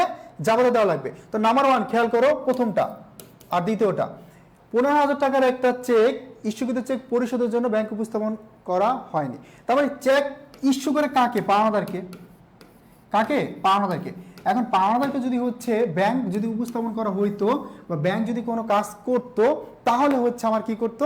ব্যাংক থেকে টাকা চলে যেত, ব্যাংক হয়ে যেত কি? ক্রেডিট। বাট যেহেতু হচ্ছে ব্যাংক এখনো কাজ করে নাই, তার মানে আমার ব্যাংকের টাকা এখনো রয়ে গেছে, তার মানে ব্যাংক হিসাব হয়ে যাবে ডেবিট। ব্যাংক হিসাব কি হবে? ব্যাংক হিসাব হয়ে যাবে ডেবিট। এবং ভালো করে খেয়াল করো, আর প্রদায় বা 52,000 হিসাব কি হবে? প্রদায় বা 52,000 হিসাব হয়ে যাবে ক্রেডিট, কারণ এখনো 52,000-কে টাকা পরিশোধ করা হয় নাই ব্যাংক থেকে, ঠিক আছে? এটা ছিল 1 নম্বর জাবেদা, এটা ছিল তোমার এই যে 2 নম্বর এন্ট্রির জাবেদা। তারপর আমরা 3 নম্বর এন্ট্রির জাবেদাটা করব। পাওনাদার হিসাবের আরেকটা নামই হচ্ছে প্রদায় হিসাব, ঠিক আছে। সো বিকল্প নামগুলো অবশ্যই তোমাদের মনে রাখা লাগবে। তারপর 3 নম্বরটা দেখো, 20,000 টাকার একটি চেক আদায়ের জন্য ব্যাংকে জমা দেওয়া হয়েছে। তার মানে ভাই চেক আদায় হয় কার কাছ থেকে? দেনাদারের কাছ থেকে। তো দেনাদারের কাছ থেকে চেক আদায় হলে ব্যাংকে টাকা বাড়ে, দেনাদার কি হয়? ক্রেডিট। বাট ব্যাংক কিন্তু এখনো কোনো কাজ করে নাই, ঠিক আছে। ব্যাংক এখনো কোনো কাজ করে নাই, ব্যাংকে আদায় হয়নি। তার মানে ব্যাংক যেহেতু হচ্ছে এখন আদায় করেনি, তার মানে ব্যাংক কি আছে? ক্রেডিটে আছে। আর প্রাপ্য হিসাব কি আছে? ডেবিট। প্রাপ্য হিসাব কি আছে? ডেবিট। তার মানে প্রাপ্য হিসাব হচ্ছে তোমার ডেবিট আছে এখনো, ঠিক আছে। আর ব্যাংক হিসাব কি হবে? ক্রেডিট। এই দুইটা জাবাদা সবাই বুঝতে পারছে কিনা? এই দুইটা জাবাদা সবাই বুঝতে পারছে কিনা? এখানে বলছে ব্যাংক বিবরণীতে লিপিবদ্ধ হয়েছে, তার মানে ব্যাংক বিবরণীতে লিপিবদ্ধ হয়েছে প্রথম দুইটা, ঠিক আছে। সেই দুইটা সবাই জাবাদা বুঝতে পারছে কিনা?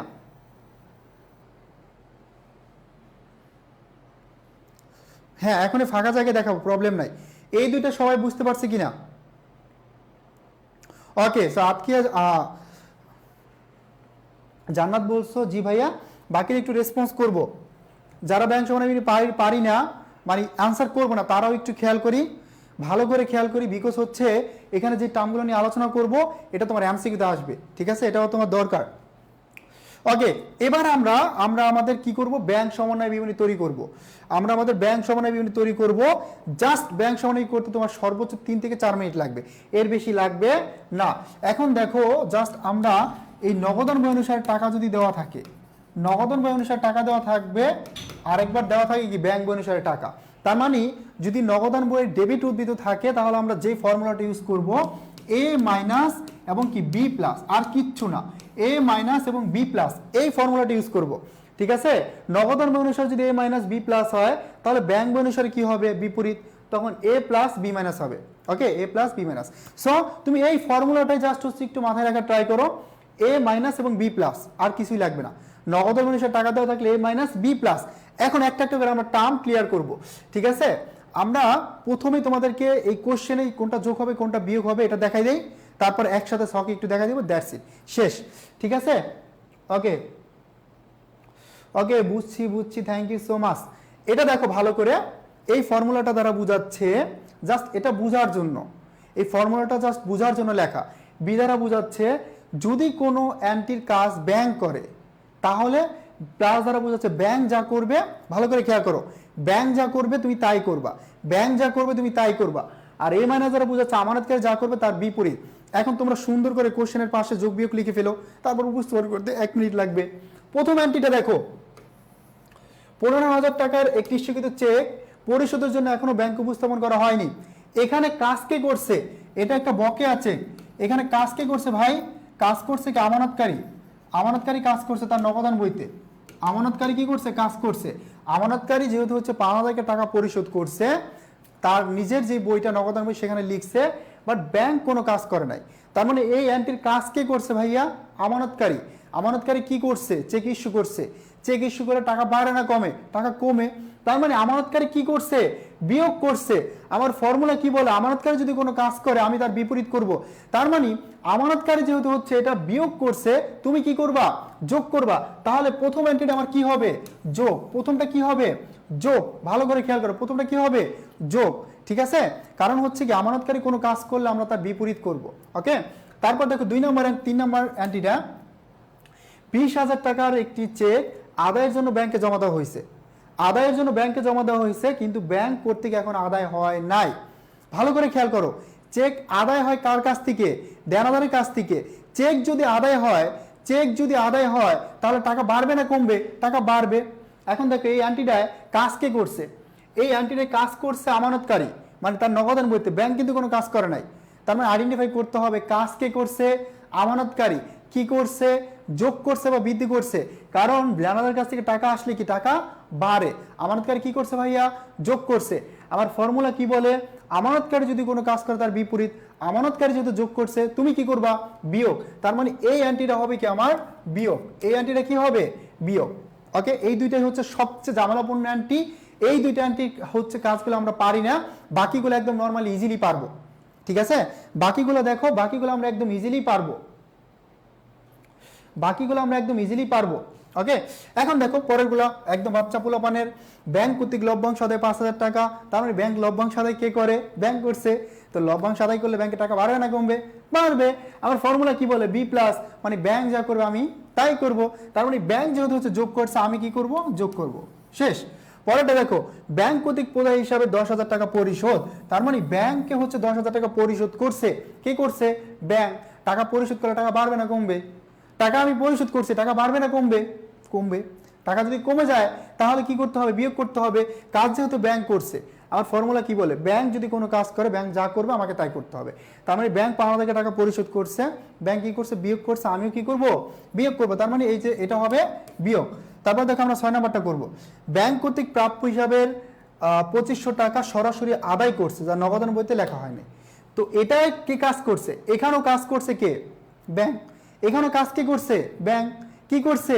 দেনাদার কাছ থেকে টাকা আদায় হয়েছে। তার মানে দেনাদার কাছ থেকে টাকা আদায় হলে টাকা বাড়বে না কমবে? বাড়বে। তার মানে এখানেও কাজ যেহেতু ব্যাংক করছে, আর ফর্মুলা কি বললে? বি প্লাস, ব্যাংক যা করবে আমি তাই করব। তার মানে ব্যাংক যোগ করছে, আমি কি করব? যোগ করব। করে দিলাম যোগ।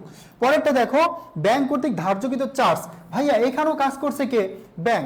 ব্যাংক যদি তার চার্জ ধার্য করে তাহলে ব্যাংকের টাকা কি করবে? কমে যাবে বা হ্রাস করে দিবে। কাজ কে করছে? ব্যাংক। ফর্মুলা কি বলে? ব্যাংক যা করবো আমি তাই করব। তার মানে আমিও করে দিলাম কি? ব্যাংকও বিয়োগ করছে, আমি বিয়োগ করছি। দেখো আমার হয়ে গেল, কোনটা যোগ হবে কোনটা বিয়োগ হলো। এবার জাস্ট তুমি খাতায় প্রদর্শন করবা, একটা স্ক্রিনশট দাও। এখানে একটা স্ক্রিনশট দাও, আমরা তোমাদেরকে সরাসরি আনসারটা দেখাবো। একটা স্ক্রিনশট দাও, আমি সরাসরি আনসারটা দেখাবো, তাহলে ক্লিয়ার হয়ে যাবে। তাহলেই ক্লিয়ার হয়ে যাবে। ঠিক আছে? তাহলে ক্লিয়ার হয়ে যাবে। তাহলে ক্লিয়ার হয়ে যাবে। ওকে, তাহলে ক্লিয়ার হয়ে যাবে। একটি স্ক্রিনশট দাও, তা নাহলে আবার বলবো যে ভাইয়া আপনি চোখ বিয়োগ করলেন, এটা কি করলেন? সো তখন আবার বলতে পারো। এই জন্য একটি স্ক্রিনশট দাও, স্ক্রিনশট দিলে তুমি বুঝতে পারবা। সাদিয়া সাদি, আরও দেখো, ব্যাংক সহনবিন আমি যে ফর্মুলাটা শিখিলাম না, তুমি জাস্ট হচ্ছে টার্মগুলো এখনো সবগুলো ক্লিয়ার কিনা আমি জানি না, এই জন্য। বাট আমি ব্যাংক সহনবিন টার্মগুলো ক্লিয়ার করে দিলে ভাইয়া ব্যাংক সহনবিন তোমার জীবনও কোনোদিন প্রবলেম হতো না। একদম 100% কনফিডেন্টলি তুমি কি করতে পারতে? আনসার করতে পারতা। লিখে নিয়ে এসে ভাইয়া, অনেক সহজ লাগলো। Thank you so much, thank you so much.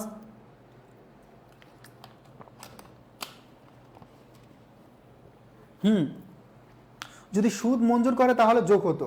এখন একটা বিষয় একটু খেয়াল করো, আমি অনেক দ্রুত যাচ্ছি, কিন্তু এই সিকিউগুলো যদি অনেক আরও দ্রুত যাই অনেকে বুঝবা না।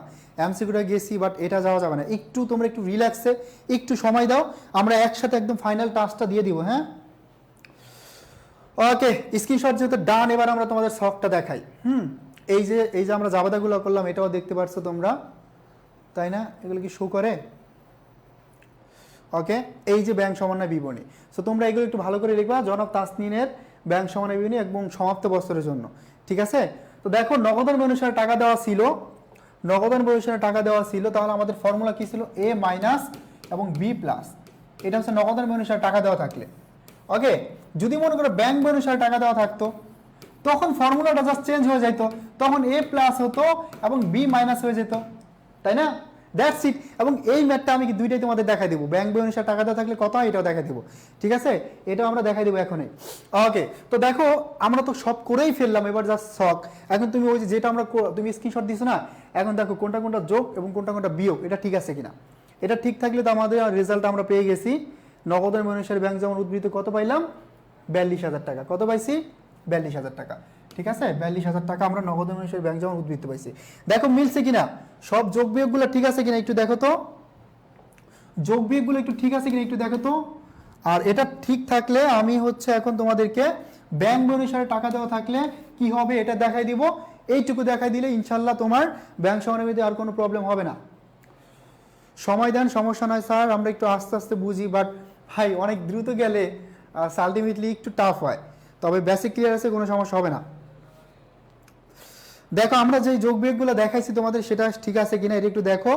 দেখে আমরা যেহেতু হচ্ছে এটা নগদান অনুসারে দেওয়া ছিল টাকা, আমরা ব্যাংক অনুসারে টাকাটা দিয়ে দেখবো মিলে কিনা। ঠিক আছে? এখানে আমরা কত টাকা পাইছি? পাঁচ অনুসারে 42,000 টাকা। পাঁচ অনুসারে কত টাকা দেওয়া আছে? 42,000 টাকা। এটা আমরা পেয়ে গেছি। ঠিক আছে? এটা আমরা পেয়ে গেছি, তাই না? সো ফরহাদ বলছো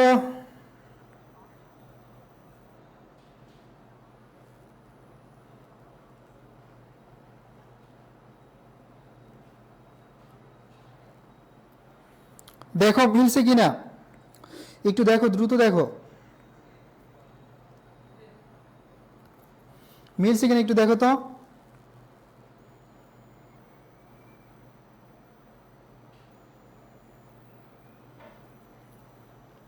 আমরা ব্যাংক ব্যালেন্সের একটা দেখাই, তারপরে হচ্ছে অন্য সফটওয়্যার চলে যাব।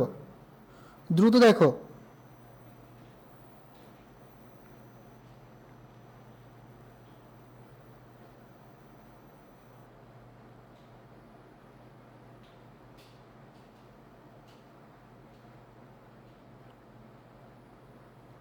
দেখছো সবাই?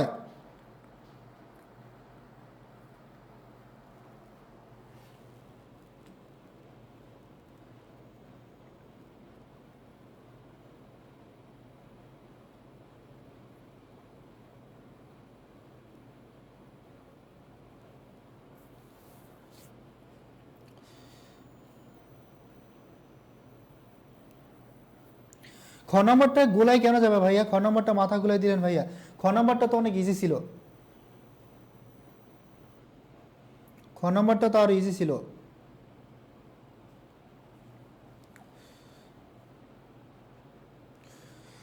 যাবো, তোমরা পরীক্ষা শেষ করো তারপর।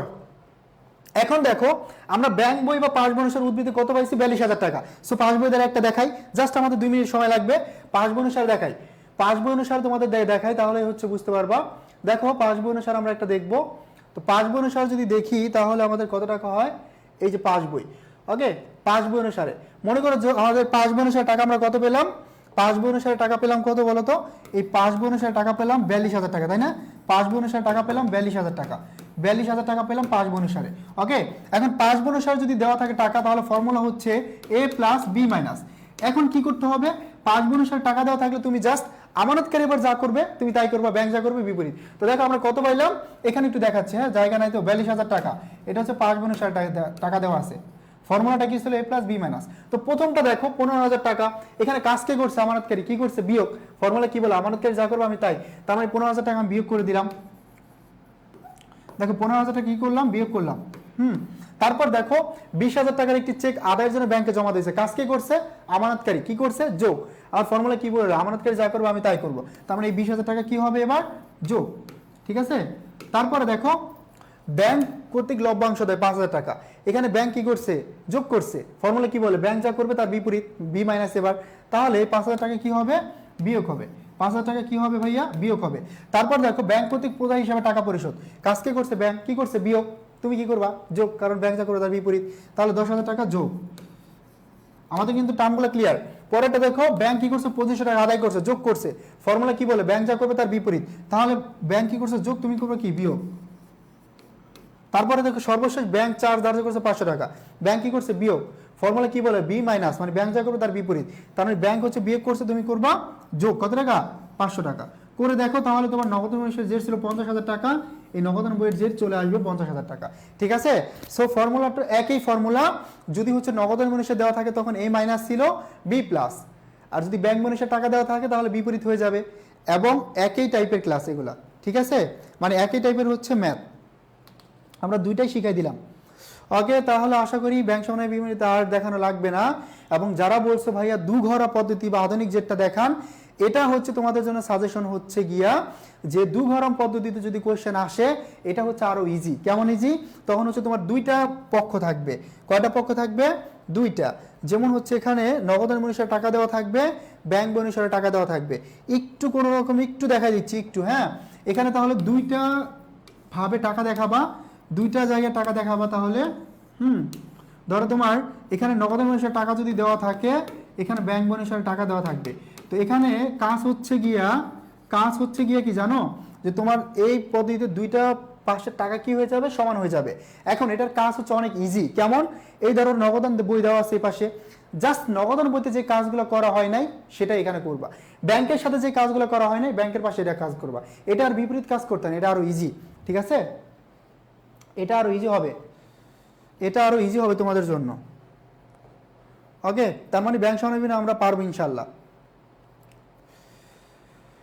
ওকে, তার মানে তোমাদেরকে এবার আমরা রেওয়ামিলটা, বিশেষ করে রেওয়ামিলটা সবাই পারি, সবাই জানি। একটু ব্যতিক্রম টার্মগুলো নিয়ে একটু আলোচনা করব এবং আমি বলবো রেওয়ামিলটা সবাই টার্গেট করবা। তো রেওয়ামিলটা হচ্ছে আমরা সবাই পারবো, বাট সমন্বিত রেওয়া মিলটা আমাদের অনেকের একটু প্রবলেম হয়। তো সমন্বিত রেওয়া মিল আমরা যারা ভালো পারি তারা আনসার করার ট্রাই করব, এবং যারা পারি না তারা হচ্ছে একটাই দিব এখান থেকে। ওকে, এখন এখানে সবচেয়ে তোমার আমি গুরুত্বপূর্ণ টার্মগুলো একটু বলবো। হ্যাঁ, সেটা হচ্ছে কোশ্চেন আসবে যে রেওয়া মিলে দেখানো হয় না কোন অ্যান্টিগুলা। ঠিক আছে, যে রেওয়া মিলে দেখানো হয় না কোন অ্যান্টিগুলা, এই কোশ্চেনটা আসতে পারে তোমাদের, যে রেওয়া মিলে দেখানো হয় না কোন অ্যান্টিগুলা। এখন দেখো আমরা শিখছিলাম কি শিখছিলাম, যে প্রারম্ভিক টাকা কি শিখছিলাম, প্রারম্ভিক টাকা শিখছিলাম হচ্ছে প্রারম্ভিক টাকা, তাই না?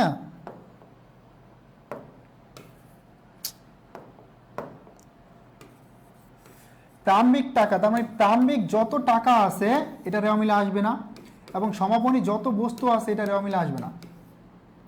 সমাপনী যত বস্তু আছে এই দুইটা রেওয়া মিলে আসবে না। তার মানে সমাপনী মজুদ পণ্য একটা বস্তু, তার মানে এটা রেওয়া মিলে আসবে না। যদি ব্যাংক টাকা থাকে তাহলে এটা প্রারম্ভিকটা আসবে না। তো তোমাকে বুঝতে হবে প্রারম্ভিক টাকা এবং সমাপনী বস্তু রেওয়া মিলের শত্রু। তার মানে প্রারম্ভিক যত টাকা আছে এই টাকাটা রেওয়া মিলে আসবে না। ঠিক আছে, প্রারম্ভিক যত টাকা আছে টাকাটা রেওয়া মিলে আসবে না, সমাপনী বস্তুগুলো রেওয়া মিলে আসবে না। এখন কোশ্চেন আসতে পারে ভাইয়া, যদি সমাপনী মজুদ পণ্য কখন রেওয়া মিলে আসে, সমাপনী মজুদ পণ্য কখন রেওয়া মিলে আসে, সমাপনী মজুদ পণ্য কখন রেওয়া মিলে আসে, সমাপনী মজুদ পণ্য কখন রেওয়া মিলে আসে? যদি হচ্ছে তোমার বিক্রিত পণ্যের ব্যয় এবং সমন্বিত ক্রয়, বিক্রিত পণ্যের ব্যয় এবং সমন্বিত ক্রয় যদি দেওয়া থাকে রেওয়া মিলে, তাহলে সমাপনী মজুদ পণ্যের রেওয়া মিলে যাবে। আরেকটা বিষয়, সকল প্রকার সঞ্চিতি হচ্ছে তোমার ক্রেডিট, সকল প্রকার সঞ্চিতি হচ্ছে তোমার ক্রেডিট, বাট পাওনাদারের বাট্টা সঞ্চিতি, যেটা পাওনাদারের বাট্টা সঞ্চিতি, এই পাওনাদারের বাট্টা সঞ্চিতি হচ্ছে তোমার ডেবিট, পাওনাদারের বাট্টা সঞ্চিতি হচ্ছে ভাইয়া ডেবিট।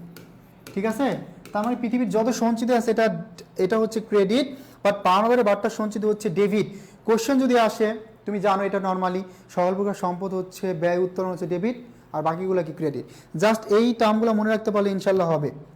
ঠিক আছে, আমরা জানি মোটামুটি এগুলো সম্পর্কে সবারই বেসিক আইডিয়া আছে, তবে আমার যেখানে সবচেয়ে ক্রুশাল, যেটা তোমার দরকার, ম্যান্ডেটরি, যেটা না জানলে না সেটা আমি টাচ করে দিচ্ছি। আমি সরাসরি হচ্ছে আর্থিক অবস্থার বিবরণীতে চলে যাব, এগুলো জাস্ট একটু আলোচনা করে চলে যাব। হ্যাঁ,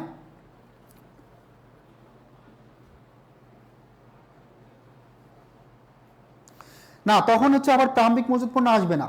ঠিক আছে, তখন আবার প্রারম্ভিক মজুদ পণ্য আসবে না ভাই, কারণ প্রারম্ভিক মজুদ পণ্য তো আমরা সমন্বিত করার সাথে যোগ করে দিছি, আবার দেখানো দরকার কি? ঠিক আছে, ভালো কোশ্চেন করছো, থ্যাংক ইউ সো মাচ, ভালো একটা কোশ্চেন করছো। ওকে, সো আমরা রেওয়া মিল পারবো, রেওয়া মিল খুবই সহজ আছে, এই যে এই টাইপের কোশ্চেন আসবে। মণিহারি খরচ কত, এই টাইপের কোশ্চেন আসতে পারে। কোশ্চেন আসতে পারে কি জানো, ব্যবহৃত সাপ্লাইস কত। কোশ্চেন আসবে যে রেওয়া মিলে যাবে না কোনগুলা। ঠিক আছে, যেমন খ নম্বরে রেওয়া মিল তৈরি করতে বললে গ নম্বরে চলতি সম্পদ বা চলতি দায় বের করতে বলবে, অথবা মূলধন এবং মুনাফা জাতীয় লেনদেনগুলা পার্থক্য বের করতে বলবে। ওকে, অনেক সময় মনে করে তোমাকে দিয়ে দিবে কার্যকরী মূলধন কত, তো কার্যকরী মূলধন বা চলতি মূলধন কত এটা যদি দেয়, আমরা জানি কার্যকরী মূলধন মানে কি, চলতি সম্পদ থেকে চলতি দায় মাইনাস করা, দ্যাটস ইট, এইটুকুই। রেওয়া মিল তো আমরা সবাই পারবো, তাই না? আমরা আর্থিক বিবরণীতে যাব। এখন দেখো হিসাবের বইসমূহ একটু আলোচনা করি। হিসাবের বইসমূহ তোমরা এখান থেকে দুইটা সিকিউ দিবা। হ্যাঁ, দুইটা সিকিউ আনসার করবা, এবং যখন তোমার প্রারম্ভিক মূলধন বের করতে বলবে, আমরা যেখানে ভুলটা করি ওইটা একটু দেখাবো, যেখানে ভুলটা করি এটা একটু দেখাবো। সেটা হচ্ছে আমরা জানি বছরের শুরুতে জানিয়ে ব্যবসা শুরু করে সেটা প্রারম্ভিক মূলধন। তো এখানে এক নম্বর অ্যান্টিটা কি করছে জানো, নগদ তহবিল নিয়ে ব্যবসা শুরু করছে, যন্ত্রপাতি নিয়ে ব্যবসা শুরু করছে, আর একটা ছিল ব্যাংক ঋণ। এখন আসো, অনেকে কি করে, এই ব্যাংক ঋণটা এই নগদ তহবিল বা যন্ত্রপাতির সাথে একবার যোগ করবে নগদান হিসাবে, যোগ করে আবার বাদ দিয়ে দিবে। ঠিক আছে, তার মানে ব্যাংক ঋণটা কি করবে, একবার যোগ করবে একবার বাদ দিয়ে দিবে, আলটিমেটলি রেজাল্ট কি 1,70,000 টাকা আসবে। রেজাল্ট কিন্তু 1,70,000 টাকায় আসবে, রেজাল্ট কিন্তু 1,70,000 টাকায় আসবে। তো ভালো করে খেয়াল করো, এই প্রারম্ভিক মূলধন যদি নির্ণয় করতে বলে, তুমি যদি জানিয়ে ব্যবসা শুরু করছে মানে সরাসরি সম্পদ আর সম্পদগুলো দেখাই দাও তাহলে হবে। আর যদি চাও যে ব্যাংক ঋণ, দেখো ব্যাংক ঋণে যাবে নাকি নগদান হিসাব ডেবিট, ব্যাংক ঋণ হিসাব ক্রেডিট, তার মানে কি তোমার নগদ টাকা বাড়তেছে, তার মানে একবার তুমি যোগ করলে সম্পদের সাথে, আরেকবার কি করলো মাইনাস করে দিবা, আলটিমেটলি রেজাল্ট কিন্তু সেমে আসবে। এখন তুমি যদি এই দুইটা সরাসরি দেখো তাহলে তোমার আনসার হবে, আর যদি এটা ব্যাংক ঋণটা একবার যোগ করে একবার বিয়োগ করো তাহলে আনসার হবে, যেটা করো ঠিক আছে। তবে এটাই সহজ আছে, এভাবেই করে দিবা ঠিক আছে। আর নর্মালি এইগুলো তার কোনো ঝামেলা নাই, জাবেদাগুলো তোমরা পারবা, যদি ব্যাখ্যা দিতে বলে দিবা, না দিতে বলে দেওয়ার দরকার নাই। আর এই টেবুলার শকটা এটা ইম্পর্ট্যান্ট, টেবুলার শক করতে হলে তোমার যেই জিনিসটা করতে হবে বা বুঝতে হবে সেটা হচ্ছে প্রথমেই হ্যাঁ লেনদেনগুলো দেখবা, লেনদেনগুলো দেখে আইডেন্টিফাই করবা যেখানে আমার কোন কোন হিসাব আসতে পারে, ধরো নগদ হিসাব, যন্ত্রপাতি হিসাব, প্রাপ্য হিসাব, সাপ্লাইস হিসাব, হ্যাঁ এই পাশে আবার দেখো ব্যাংক ঋণ আছে, প্রদায় হিসাব আছে। এটা তোমাকে আগে আইডেন্টিফাই করতে হবে ঠিক আছে, এটা তোমাকে আগে আইডেন্টিফাই করতে হবে। ওকে, এটা হচ্ছে আগে আগে আইডেন্টিফাই করতে হবে ভাইয়া। আমি অনেক অনেক অনেক অনেক ভালো জানি কোনটা পড়ানো লাগবে, কি করা লাগবে, ধারাবাহিকভাবে পড়াচ্ছি, কোনো প্রবলেম নাই, জাস্ট একটু ওয়েট করো ঠিক আছে, জাস্ট একটু ওয়েট করো। আসমা আক্তার মিম, কারবারি বাট্টা তো বুঝাইছি রে ভাই, শুধু কারবারি বাট্টা না, বাট্টার কাহিনীতে সবাই বুঝালাম, নগদ বাট্টা কারবারি বাট্টা দুইটাই বুঝাইছি। হিসাবের বৈষম্যতে কি কারো কোনো প্রবলেম আছে ভাইয়া? সমন্বয় জাবেদাকরণ প্লিজ। সময় ইসলাম, আমরা আর্থিক অবস্থার বিবরণীতে যাই, হ্যাঁ আর্থিক অবস্থার বিবরণীতে সমন্বয় থাকে, সেখান থেকেই করি। সো সেখান থেকে আমরা করবো না, সমস্যা নাই। এত কিছু যদি আজকেই বুঝতে চাও, এই সারা বছর কি করছো, এখন জাস্ট কি দরকার, এখন হচ্ছে ফাইনাল একটা টাস্ক, বলতে তুমি এটা আনসার করবা, হ্যাঁ যেখানে ধরো একটু প্রবলেম বেশি হতে পারে এই বিষয়গুলো নিয়ে আমি আলোচনা করব, এখন তার ডিটেলস আলোচনা করার সময় নাই। ওকে, উপভাড়াটা হচ্ছে একটা আয়, উপভাড়াটা হচ্ছে একটা আয়, এটা হচ্ছে ক্রেডিট হিসাবে দিবা। ওকে দেখো দি ওমেগো কোম্পানি, এটার হচ্ছে আমার অবচয়ের পরিমাণ বের করতে বলছে। তো নর্মালি আমরা জানি যে সরল রৈখিক মেথড, এটার বিকল্প নামগুলো একটু মনে রাখবা। হ্যাঁ সরল রৈখিক, এই সরল রৈখিক পদ্ধতিতে হচ্ছে প্রতি বছর অবচয়ের পরিমাণ সমান থাকে। ধরো প্রথম বছর 5,000 টাকা হলে পরের বছর 5,000, পরের বছর 5,000, পরের বছর 5,000, এই সমান থাকবে। যদি কোশ্চেন আসে যে অবচয়ের কোন পদ্ধতিতে প্রতি বছর অবচয় সমান থাকে তাহলে সরল রৈখিক। যদি কোশ্চেন আসে অবচয়ের কোন বছর প্রথম বছর সবচেয়ে বেশি থাকে আস্তে আস্তে কমে, তাহলে হবে ক্রমহ্রাসমান। মনে করো 10,000, এটা আস্তে আস্তে কমবে 8,000, 6,000, 3,000। এখন এটা দেখানোর রিজনটা কি, আমি ম্যাথ না দেখে এটা দেখাচ্ছি কেন, কারণ হচ্ছে ম্যাথে যখন জাবেদা দিতে বলবেন না 2 বছর বা 3 বছর বা 4 বছরের, যদি ম্যাথটা সরল রৈখিক হয় তাহলে কিন্তু কোনো প্রবলেম নেই, প্রতি বছর কি সমান। বাট ক্রমহ্রাসমান যে পদ্ধতি হলে কী করবে, আস্তে আস্তে কমবে। সেখান থেকে দুইটা এমসিকিউ তোমাদের কমন থাকতে পারে। নাম্বার 1 যে কোশ্চেন আসবে যে কোন পদ্ধতিতে অবচয় প্রথম বছর কম দেখানো হয়, সরল রৈখিক, সমান হয় কোনটায়, সরল রৈখিক। যদি আসে প্রথম বছর অবচয় সবচেয়ে বেশি দেখানো হয় কোনটায়, তাহলে হবে ক্রমহ্রাসমান যে পদ্ধতি। সুমাই ইসলাম অবশ্যই পারবা। দেখো যেই ব্যক্তিগণ এখন বলতেছে ভাইয়া এই চ্যাপ্টার বুঝান, এই চ্যাপ্টার বুঝান, ভাই এটা পসিবল না, তোমার কালকে পরীক্ষা, আজকে যদি এটা বলো তাহলে এটা একদম কি বলবো,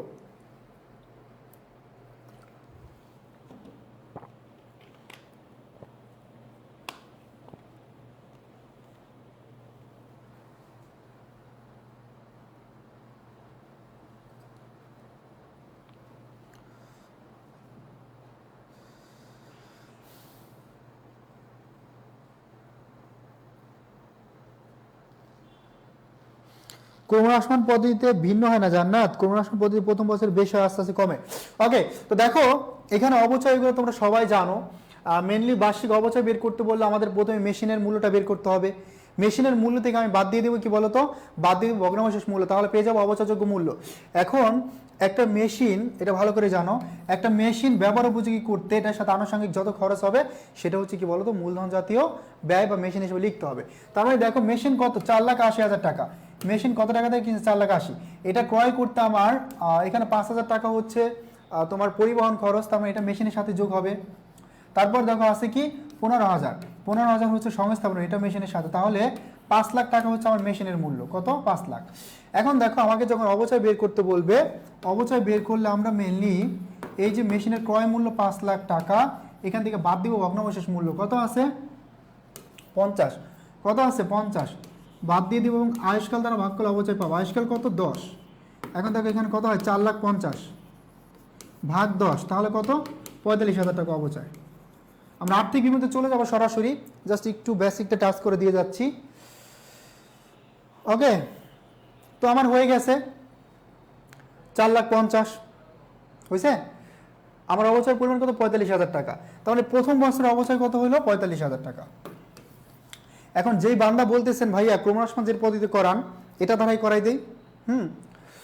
তো দেখো ক্রমহ্রাসমান যদি মেথড হতো, ধরো ক্রমহ্রাসমান পদ্ধতিতে বলছে এই ম্যাথটাই, হ্যাঁ ধরো এটাই বলছে, ভালো করে খেয়াল করো, যে বলছে ক্রমহ্রাসমান পদ্ধতি করান, ধরো এটা যদি বলতো ক্রমহ্রাসমান পদ্ধতিতে 3 বছরের অবচয় বের করো। কত বছর?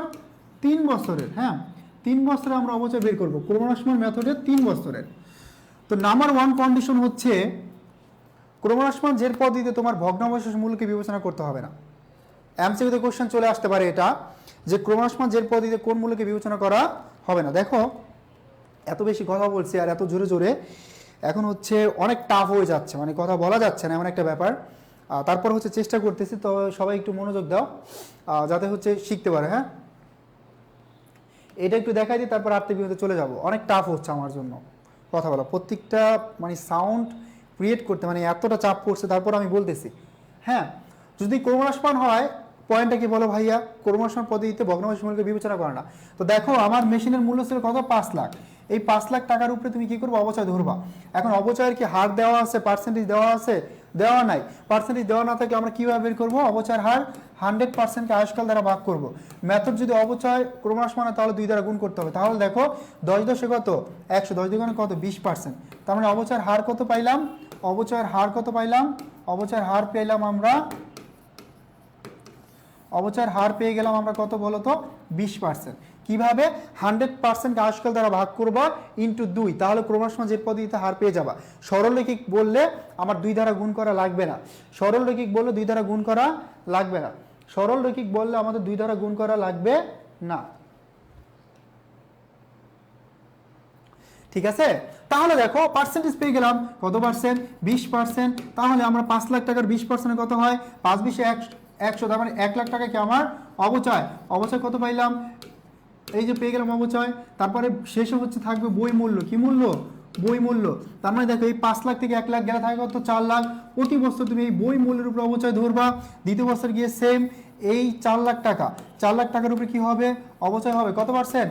20%। দেখো 20% করলে আমার 4 লাখে 4 দুগুণে 8, মানে কি 80,000 টাকা আমার অবচয় হচ্ছে। এটাই, হ্যাঁ 80,000 টাকা। এখন দেখো এই 4 লাখ থেকে 80,000 বাদ দাও, তাহলে বই মূল্য কত? 3,20,000। 3,20,000। এখন তৃতীয় বছরে গিয়ে সেম এই 3,20,000 থেকে আমি কি করব? 20% বের করব। এটার 20% করলে দেখো 32 × 64, তার মানে 64,000 টাকা কি আমার বই মূল্য। তৃতীয় বছরে গিয়ে 64,000 টাকা কি অবচয়। এই 64,000 টাকা বাদ দিলে তুমি বই মূল্য পেয়ে যাবা। তার মানে আমি এখানে অবচয় দেখালাম, ইভেন অবচয় সারণী দেখালাম। যদি কোশ্চেন আসে খ নম্বরে যে ক্রমহ্রাসমান জের পদ্ধতিতে 3 বছরের অবচয় সারণী দেখাও, পারবা কিনা বলো? পারবো কিনা বলো? তার মানে বেসিক কনসেপ্টটা আমি সরলরৈখিকেরটা এবং হচ্ছে ক্রমহ্রাসমান জের দুইটাই হচ্ছে শিখাই দিলাম। ভাইয়া পুরা আমি সর্বোচ্চ চেষ্টা করতেছি তোমাদের প্রত্যেকটা চ্যাপ্টারের মানে যে বিষয়গুলা যেখানে তুমি ভুল করো, কারণ হচ্ছে তুমি তো পড়ছো তাই না? তুমি তো অলরেডি পড়ছো, প্র্যাকটিস করছো, সব জানো। এখন আমার যেটা দায়িত্ব সেটা হচ্ছে কোশ্চেনগুলো সম্পর্কে তোমাকে ধারণা দেওয়া এবং যেখানে ভুলটা হয় সেই ভুলটা যাতে না করে এটা দেখাই দেওয়া। ঠিক আছে, সো এটা আমার দায়িত্ব। সো অনেক বেশি কষ্ট হচ্ছে। তারপর আমি ইনশাল্লাহ আর্থিক অবস্থার বিভিন্নটাও কমপ্লিট করব। সবগুলো চ্যাপ্টার কমপ্লিট করে আর্থিক অবস্থার বিভিন্নটা খুব ভালো করে কমপ্লিট করব। ঠিক আছে, সো সাকিব আল হাসান বলছো সহজ ভাইয়া পারবো। ওকে, সবাইকে নিয়ে আগাতে হয় এই জন্য জাস্ট আমি একটু এটা সহজভাবে শিখালাম। তো দেখো যদি জাবেদা দিতে বলে, জাবেদার ছকটা সবাই পারি, আমরা জানি, আমরা প্রত্যেকে জাবেদার ছকটা পারি। যদি ভাইয়া সরলরৈখিক হয় প্রতি বছর সমান হবে, আর ক্রমহ্রাসমান হলে তো মেথডটা দেখাই দিলাম। আর স্পেশালি তোমাকে হিসাব ক্যালকুলেশন করতে বলবে, যেমন মেশিন হিসাব, তারপরে কি অবচয় হিসাব, পুঞ্জীভূত অবচয়, এই হিসাবগুলো বের করতে বলবে। এইগুলো আমরা সবাই জানি তাই না? তাহলে অবচয় আমরা সবাই পারবো। ওকে, অবচয় আমরা সবাই পারবো। আর্থিক অবস্থার বিবরণীতে ভাইয়া, আর্থিক অবস্থার বিবরণীতে তোমাদের কাজ হচ্ছে একটাই, সেটা হচ্ছে তোমার প্রথম কাজ সমন্বয়নটিগুলো দেখবা। প্রথম কাজ হচ্ছে সমন্বয়নটিগুলো দেখবা এবং তোমাকে খেয়াল করতে হবে কি কি সমন্বয় ছিল। যখন তুমি আয় বিবরণী করবা, যে কোনো টার্মের সাথে কি আমার সমন্বয়নটিগুলোর কাজ কি হবে এটা তোমাকে আইডেন্টিফাই করতে হবে। ক্লিয়ার? তাহলে দেখো আমরা আর্থিক অবস্থার ভিতরে চলে আসলাম। এখানে একটা রেওয়া মিল দেওয়া আছে সুন্দর করে, বোর্ডের হচ্ছে ধারণ ক্ষমতা না একসাথে, বাট আমরা একটু দেখি শুরুতে, পরে সমন্বয়নটিগুলো করব, করে তোমাদেরকে ইনশাল্লাহ আমি আর্থিক অবস্থা পুরোটা করে দিব। ওকে, তো ভালো করে খেয়াল করো, এখানে সমন্বয়নটি দেওয়া আছে। আমরা সমন্বয়নটিগুলোর জাবাদাগুলো করে ফেলি এবং এটা একটু বোঝার ট্রাই করব। তো দেখো শুরুতে একটা কথা বলি, আর্থিক অবস্থার বিবরণী, আর্থিক অবস্থার বিবরণী, তাই না? আর্থিক অবস্থার বিবরণী তোমার ম্যান্ডেটরি দুইটা যেহেতু আনসার করাই লাগবে।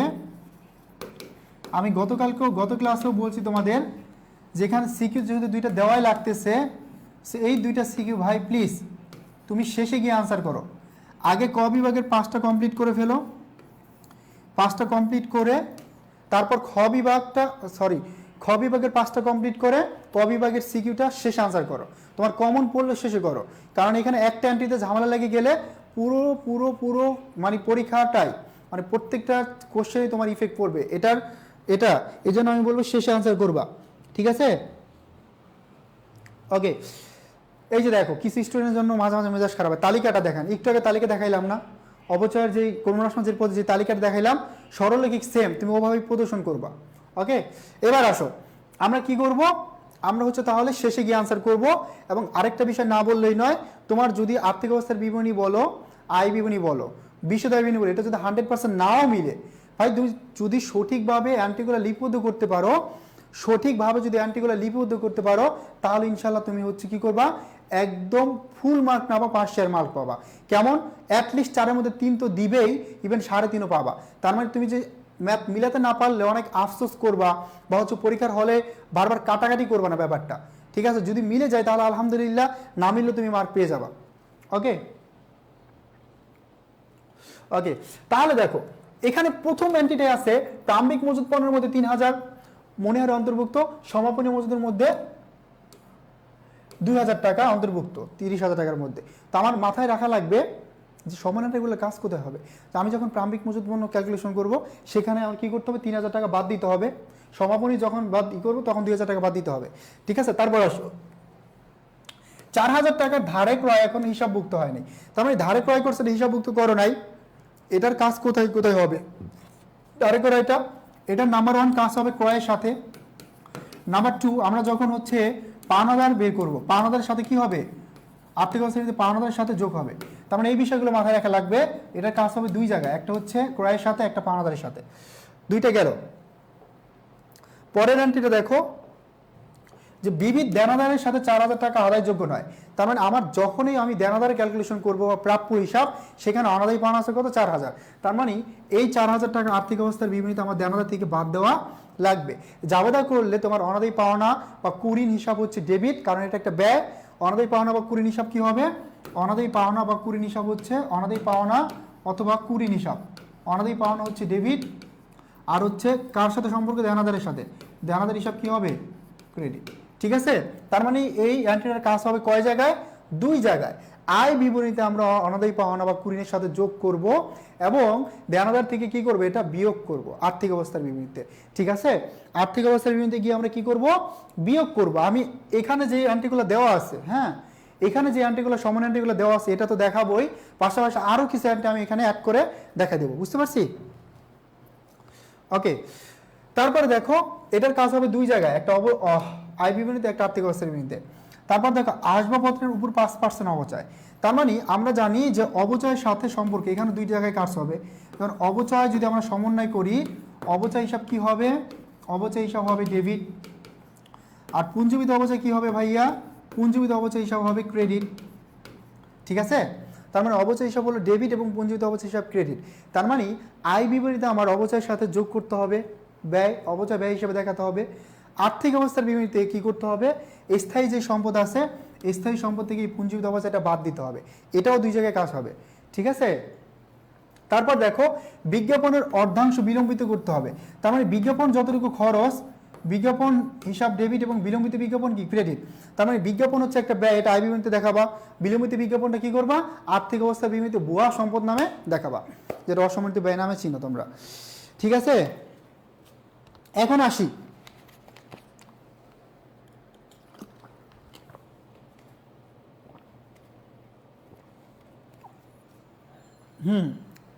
এখন আসি তোমার যদি ভাইয়া আপুরা কয়েকটা ম্যাথ প্র্যাকটিস করো, তুমি বুঝতে পারবা যে কোন অ্যান্টির সাথে সমন্বয় থাকলে থাকে। একটু বলি, একটু সামারাইজ করি শুরু থেকে একদম। হ্যাঁ, দেখো আয় বিবরণীতে প্রথমে আমাদের মজুরিটা আসে, বিশেষ করে ক্রয় বা বিক্রয়ের সাথে তো তোমার সমন্বয় অ্যান্টি থাকেই বেশিরভাগ সময়। তারপর দেখো ক্রয় বিক্রয়ের সাথে থাকবে, এখানে ফেরত থাকবে, বাট্টা থাকবে, এখানে অলিখিত বিক্রয় থাকবে বা অলিখিত ক্রয় থাকবে। তারপর দেখো মজুরির সাথে একটা সমন্বয় অ্যান্টি থাকতে পারে, মাস্ট।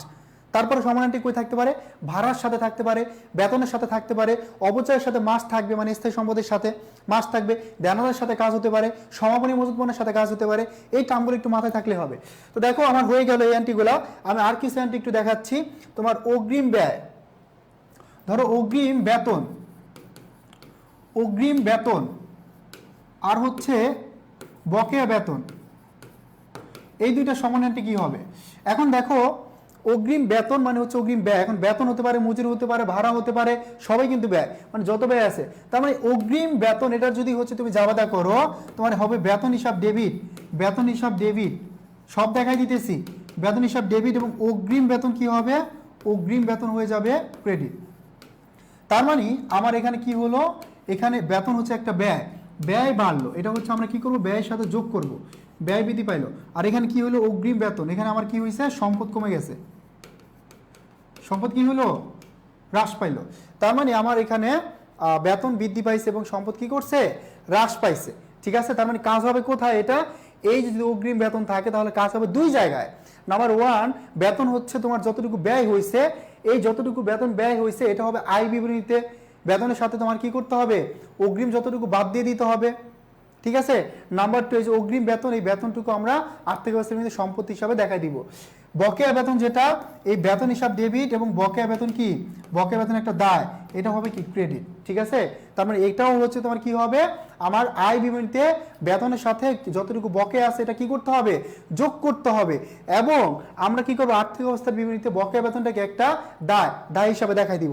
ঠিক আছে, এই হচ্ছে তোমার অ্যান্টি এবং এইগুলো আসার পসিবিলিটি অনেক বেশি। এবার দেখো আমরা কোশ্চেনটা একটু দেখি। প্রথমটাই বলছে মণিহারি খরচের পরিমাণ নির্ণয় করো। কিসের পরিমাণ, মণিহারি খরচের পরিমাণ। তো ভালো করে খেয়াল করো, এখানে আমার কি দেওয়া আছে, এখানে দেওয়া আছে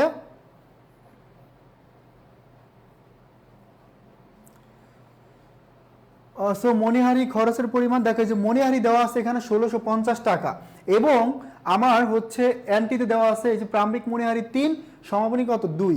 তো সিম্পল, আমরা প্রারম্ভিক মণিহারির সাথে কি করব, এই যে প্রারম্ভিক মণিহারি 3 এটার সাথে যতটুকু ক্রয় করছে এটা যোগ করব, পাবো আমরা ব্যবহারযোগ্য মণিহারি কত 4665। এখান থেকে সমাপনী বাদ দিলে আমরা পেয়ে যাব মণিহারি খরচ। একই জিনিস দেখো, একই টার্ম আমরা এখানে বের করলাম কি বলতো, মণিহারি খরচ। যদি আসে ব্যবহৃত সাপ্লাইজের পরিমাণ নির্ণয় করো, ব্যবহৃত সাপ্লাইজ, সিম্পল, ব্যবহৃত সাপ্লাইজ বের করতে বলে একই, যে আমার সাপ্লাইজ আসবে, সাপ্লাইজ যতটুকু ক্রয় করছে এটা যোগ হবে, সময়টা বাদ হবে, তাহলে আমরা পেয়ে যাবো ব্যবহৃত সাপ্লাইজটা। ঠিক আছে, তাহলে আমরা কি পেয়ে যাবো, ব্যবহৃত সাপ্লাইজটা।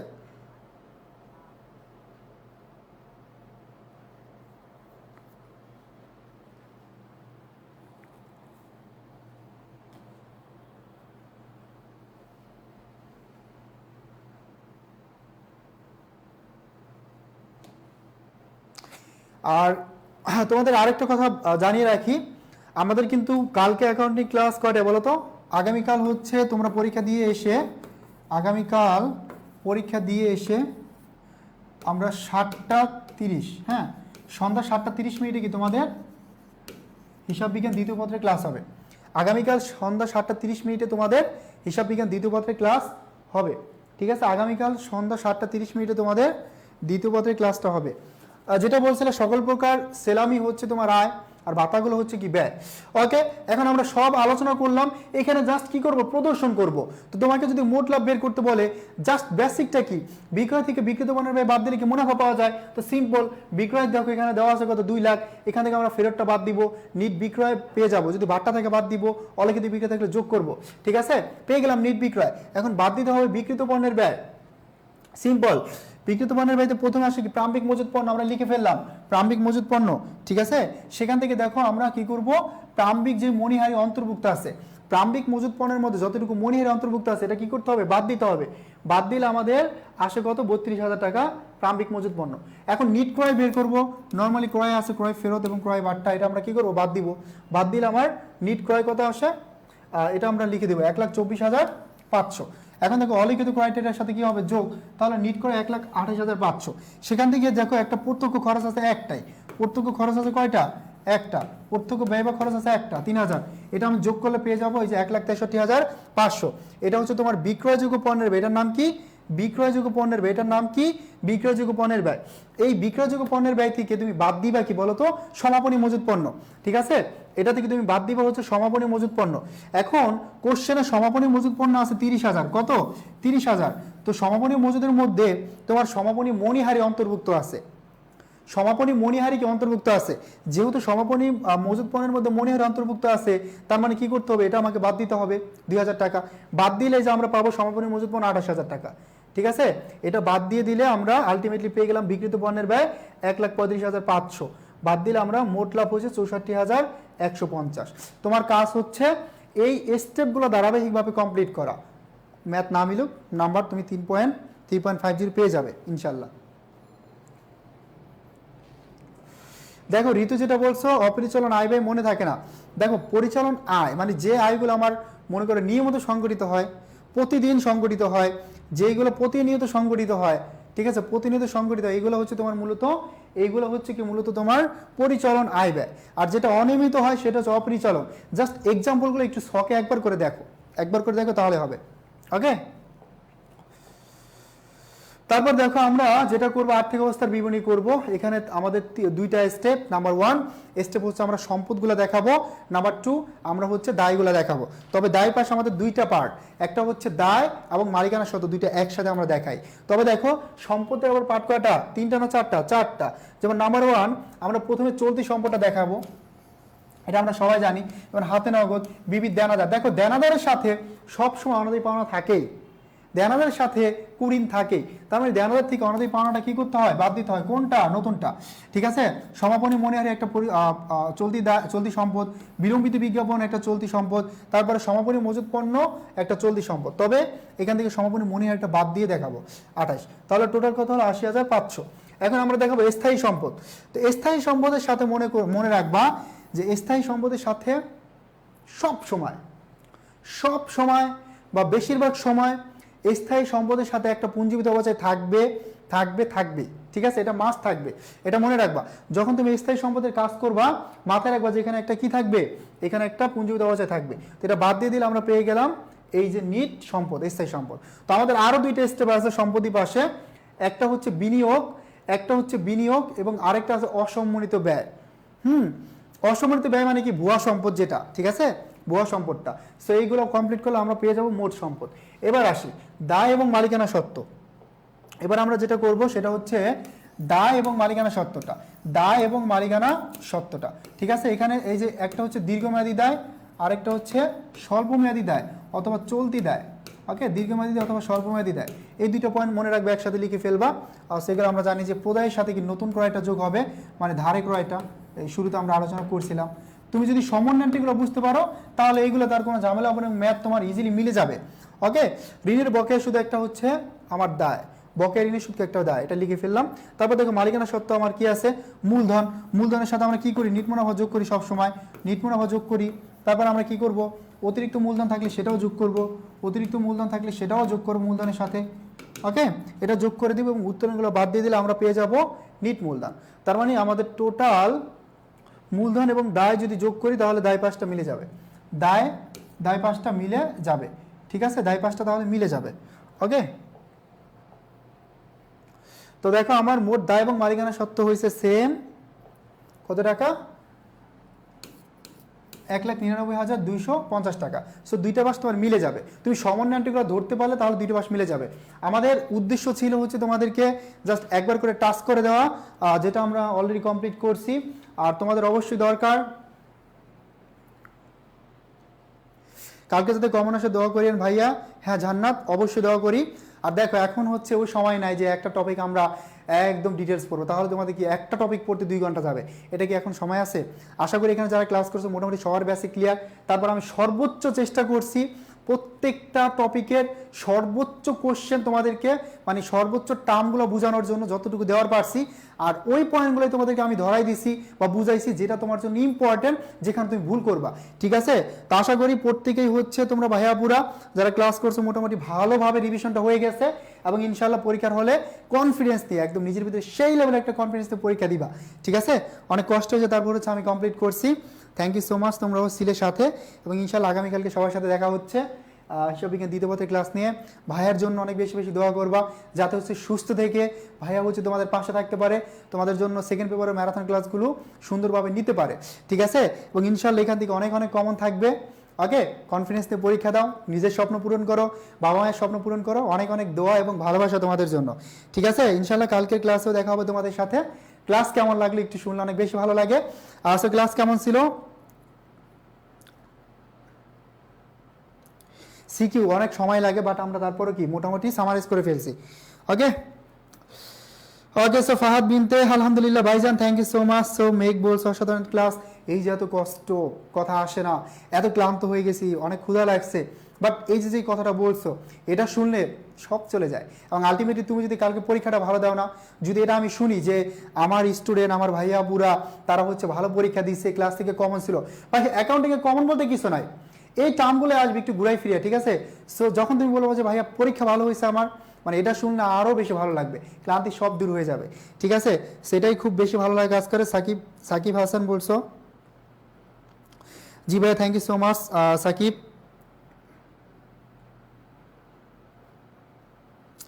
আলহামদুলিল্লাহ ভাইজান ফাহাদ বিন ওসমান।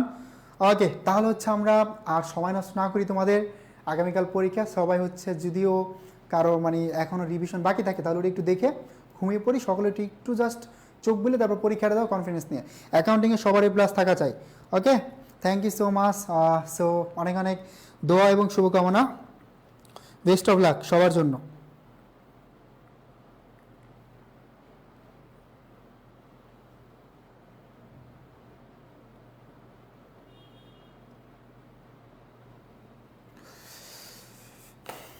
আগামীকাল সন্ধ্যা 7টায়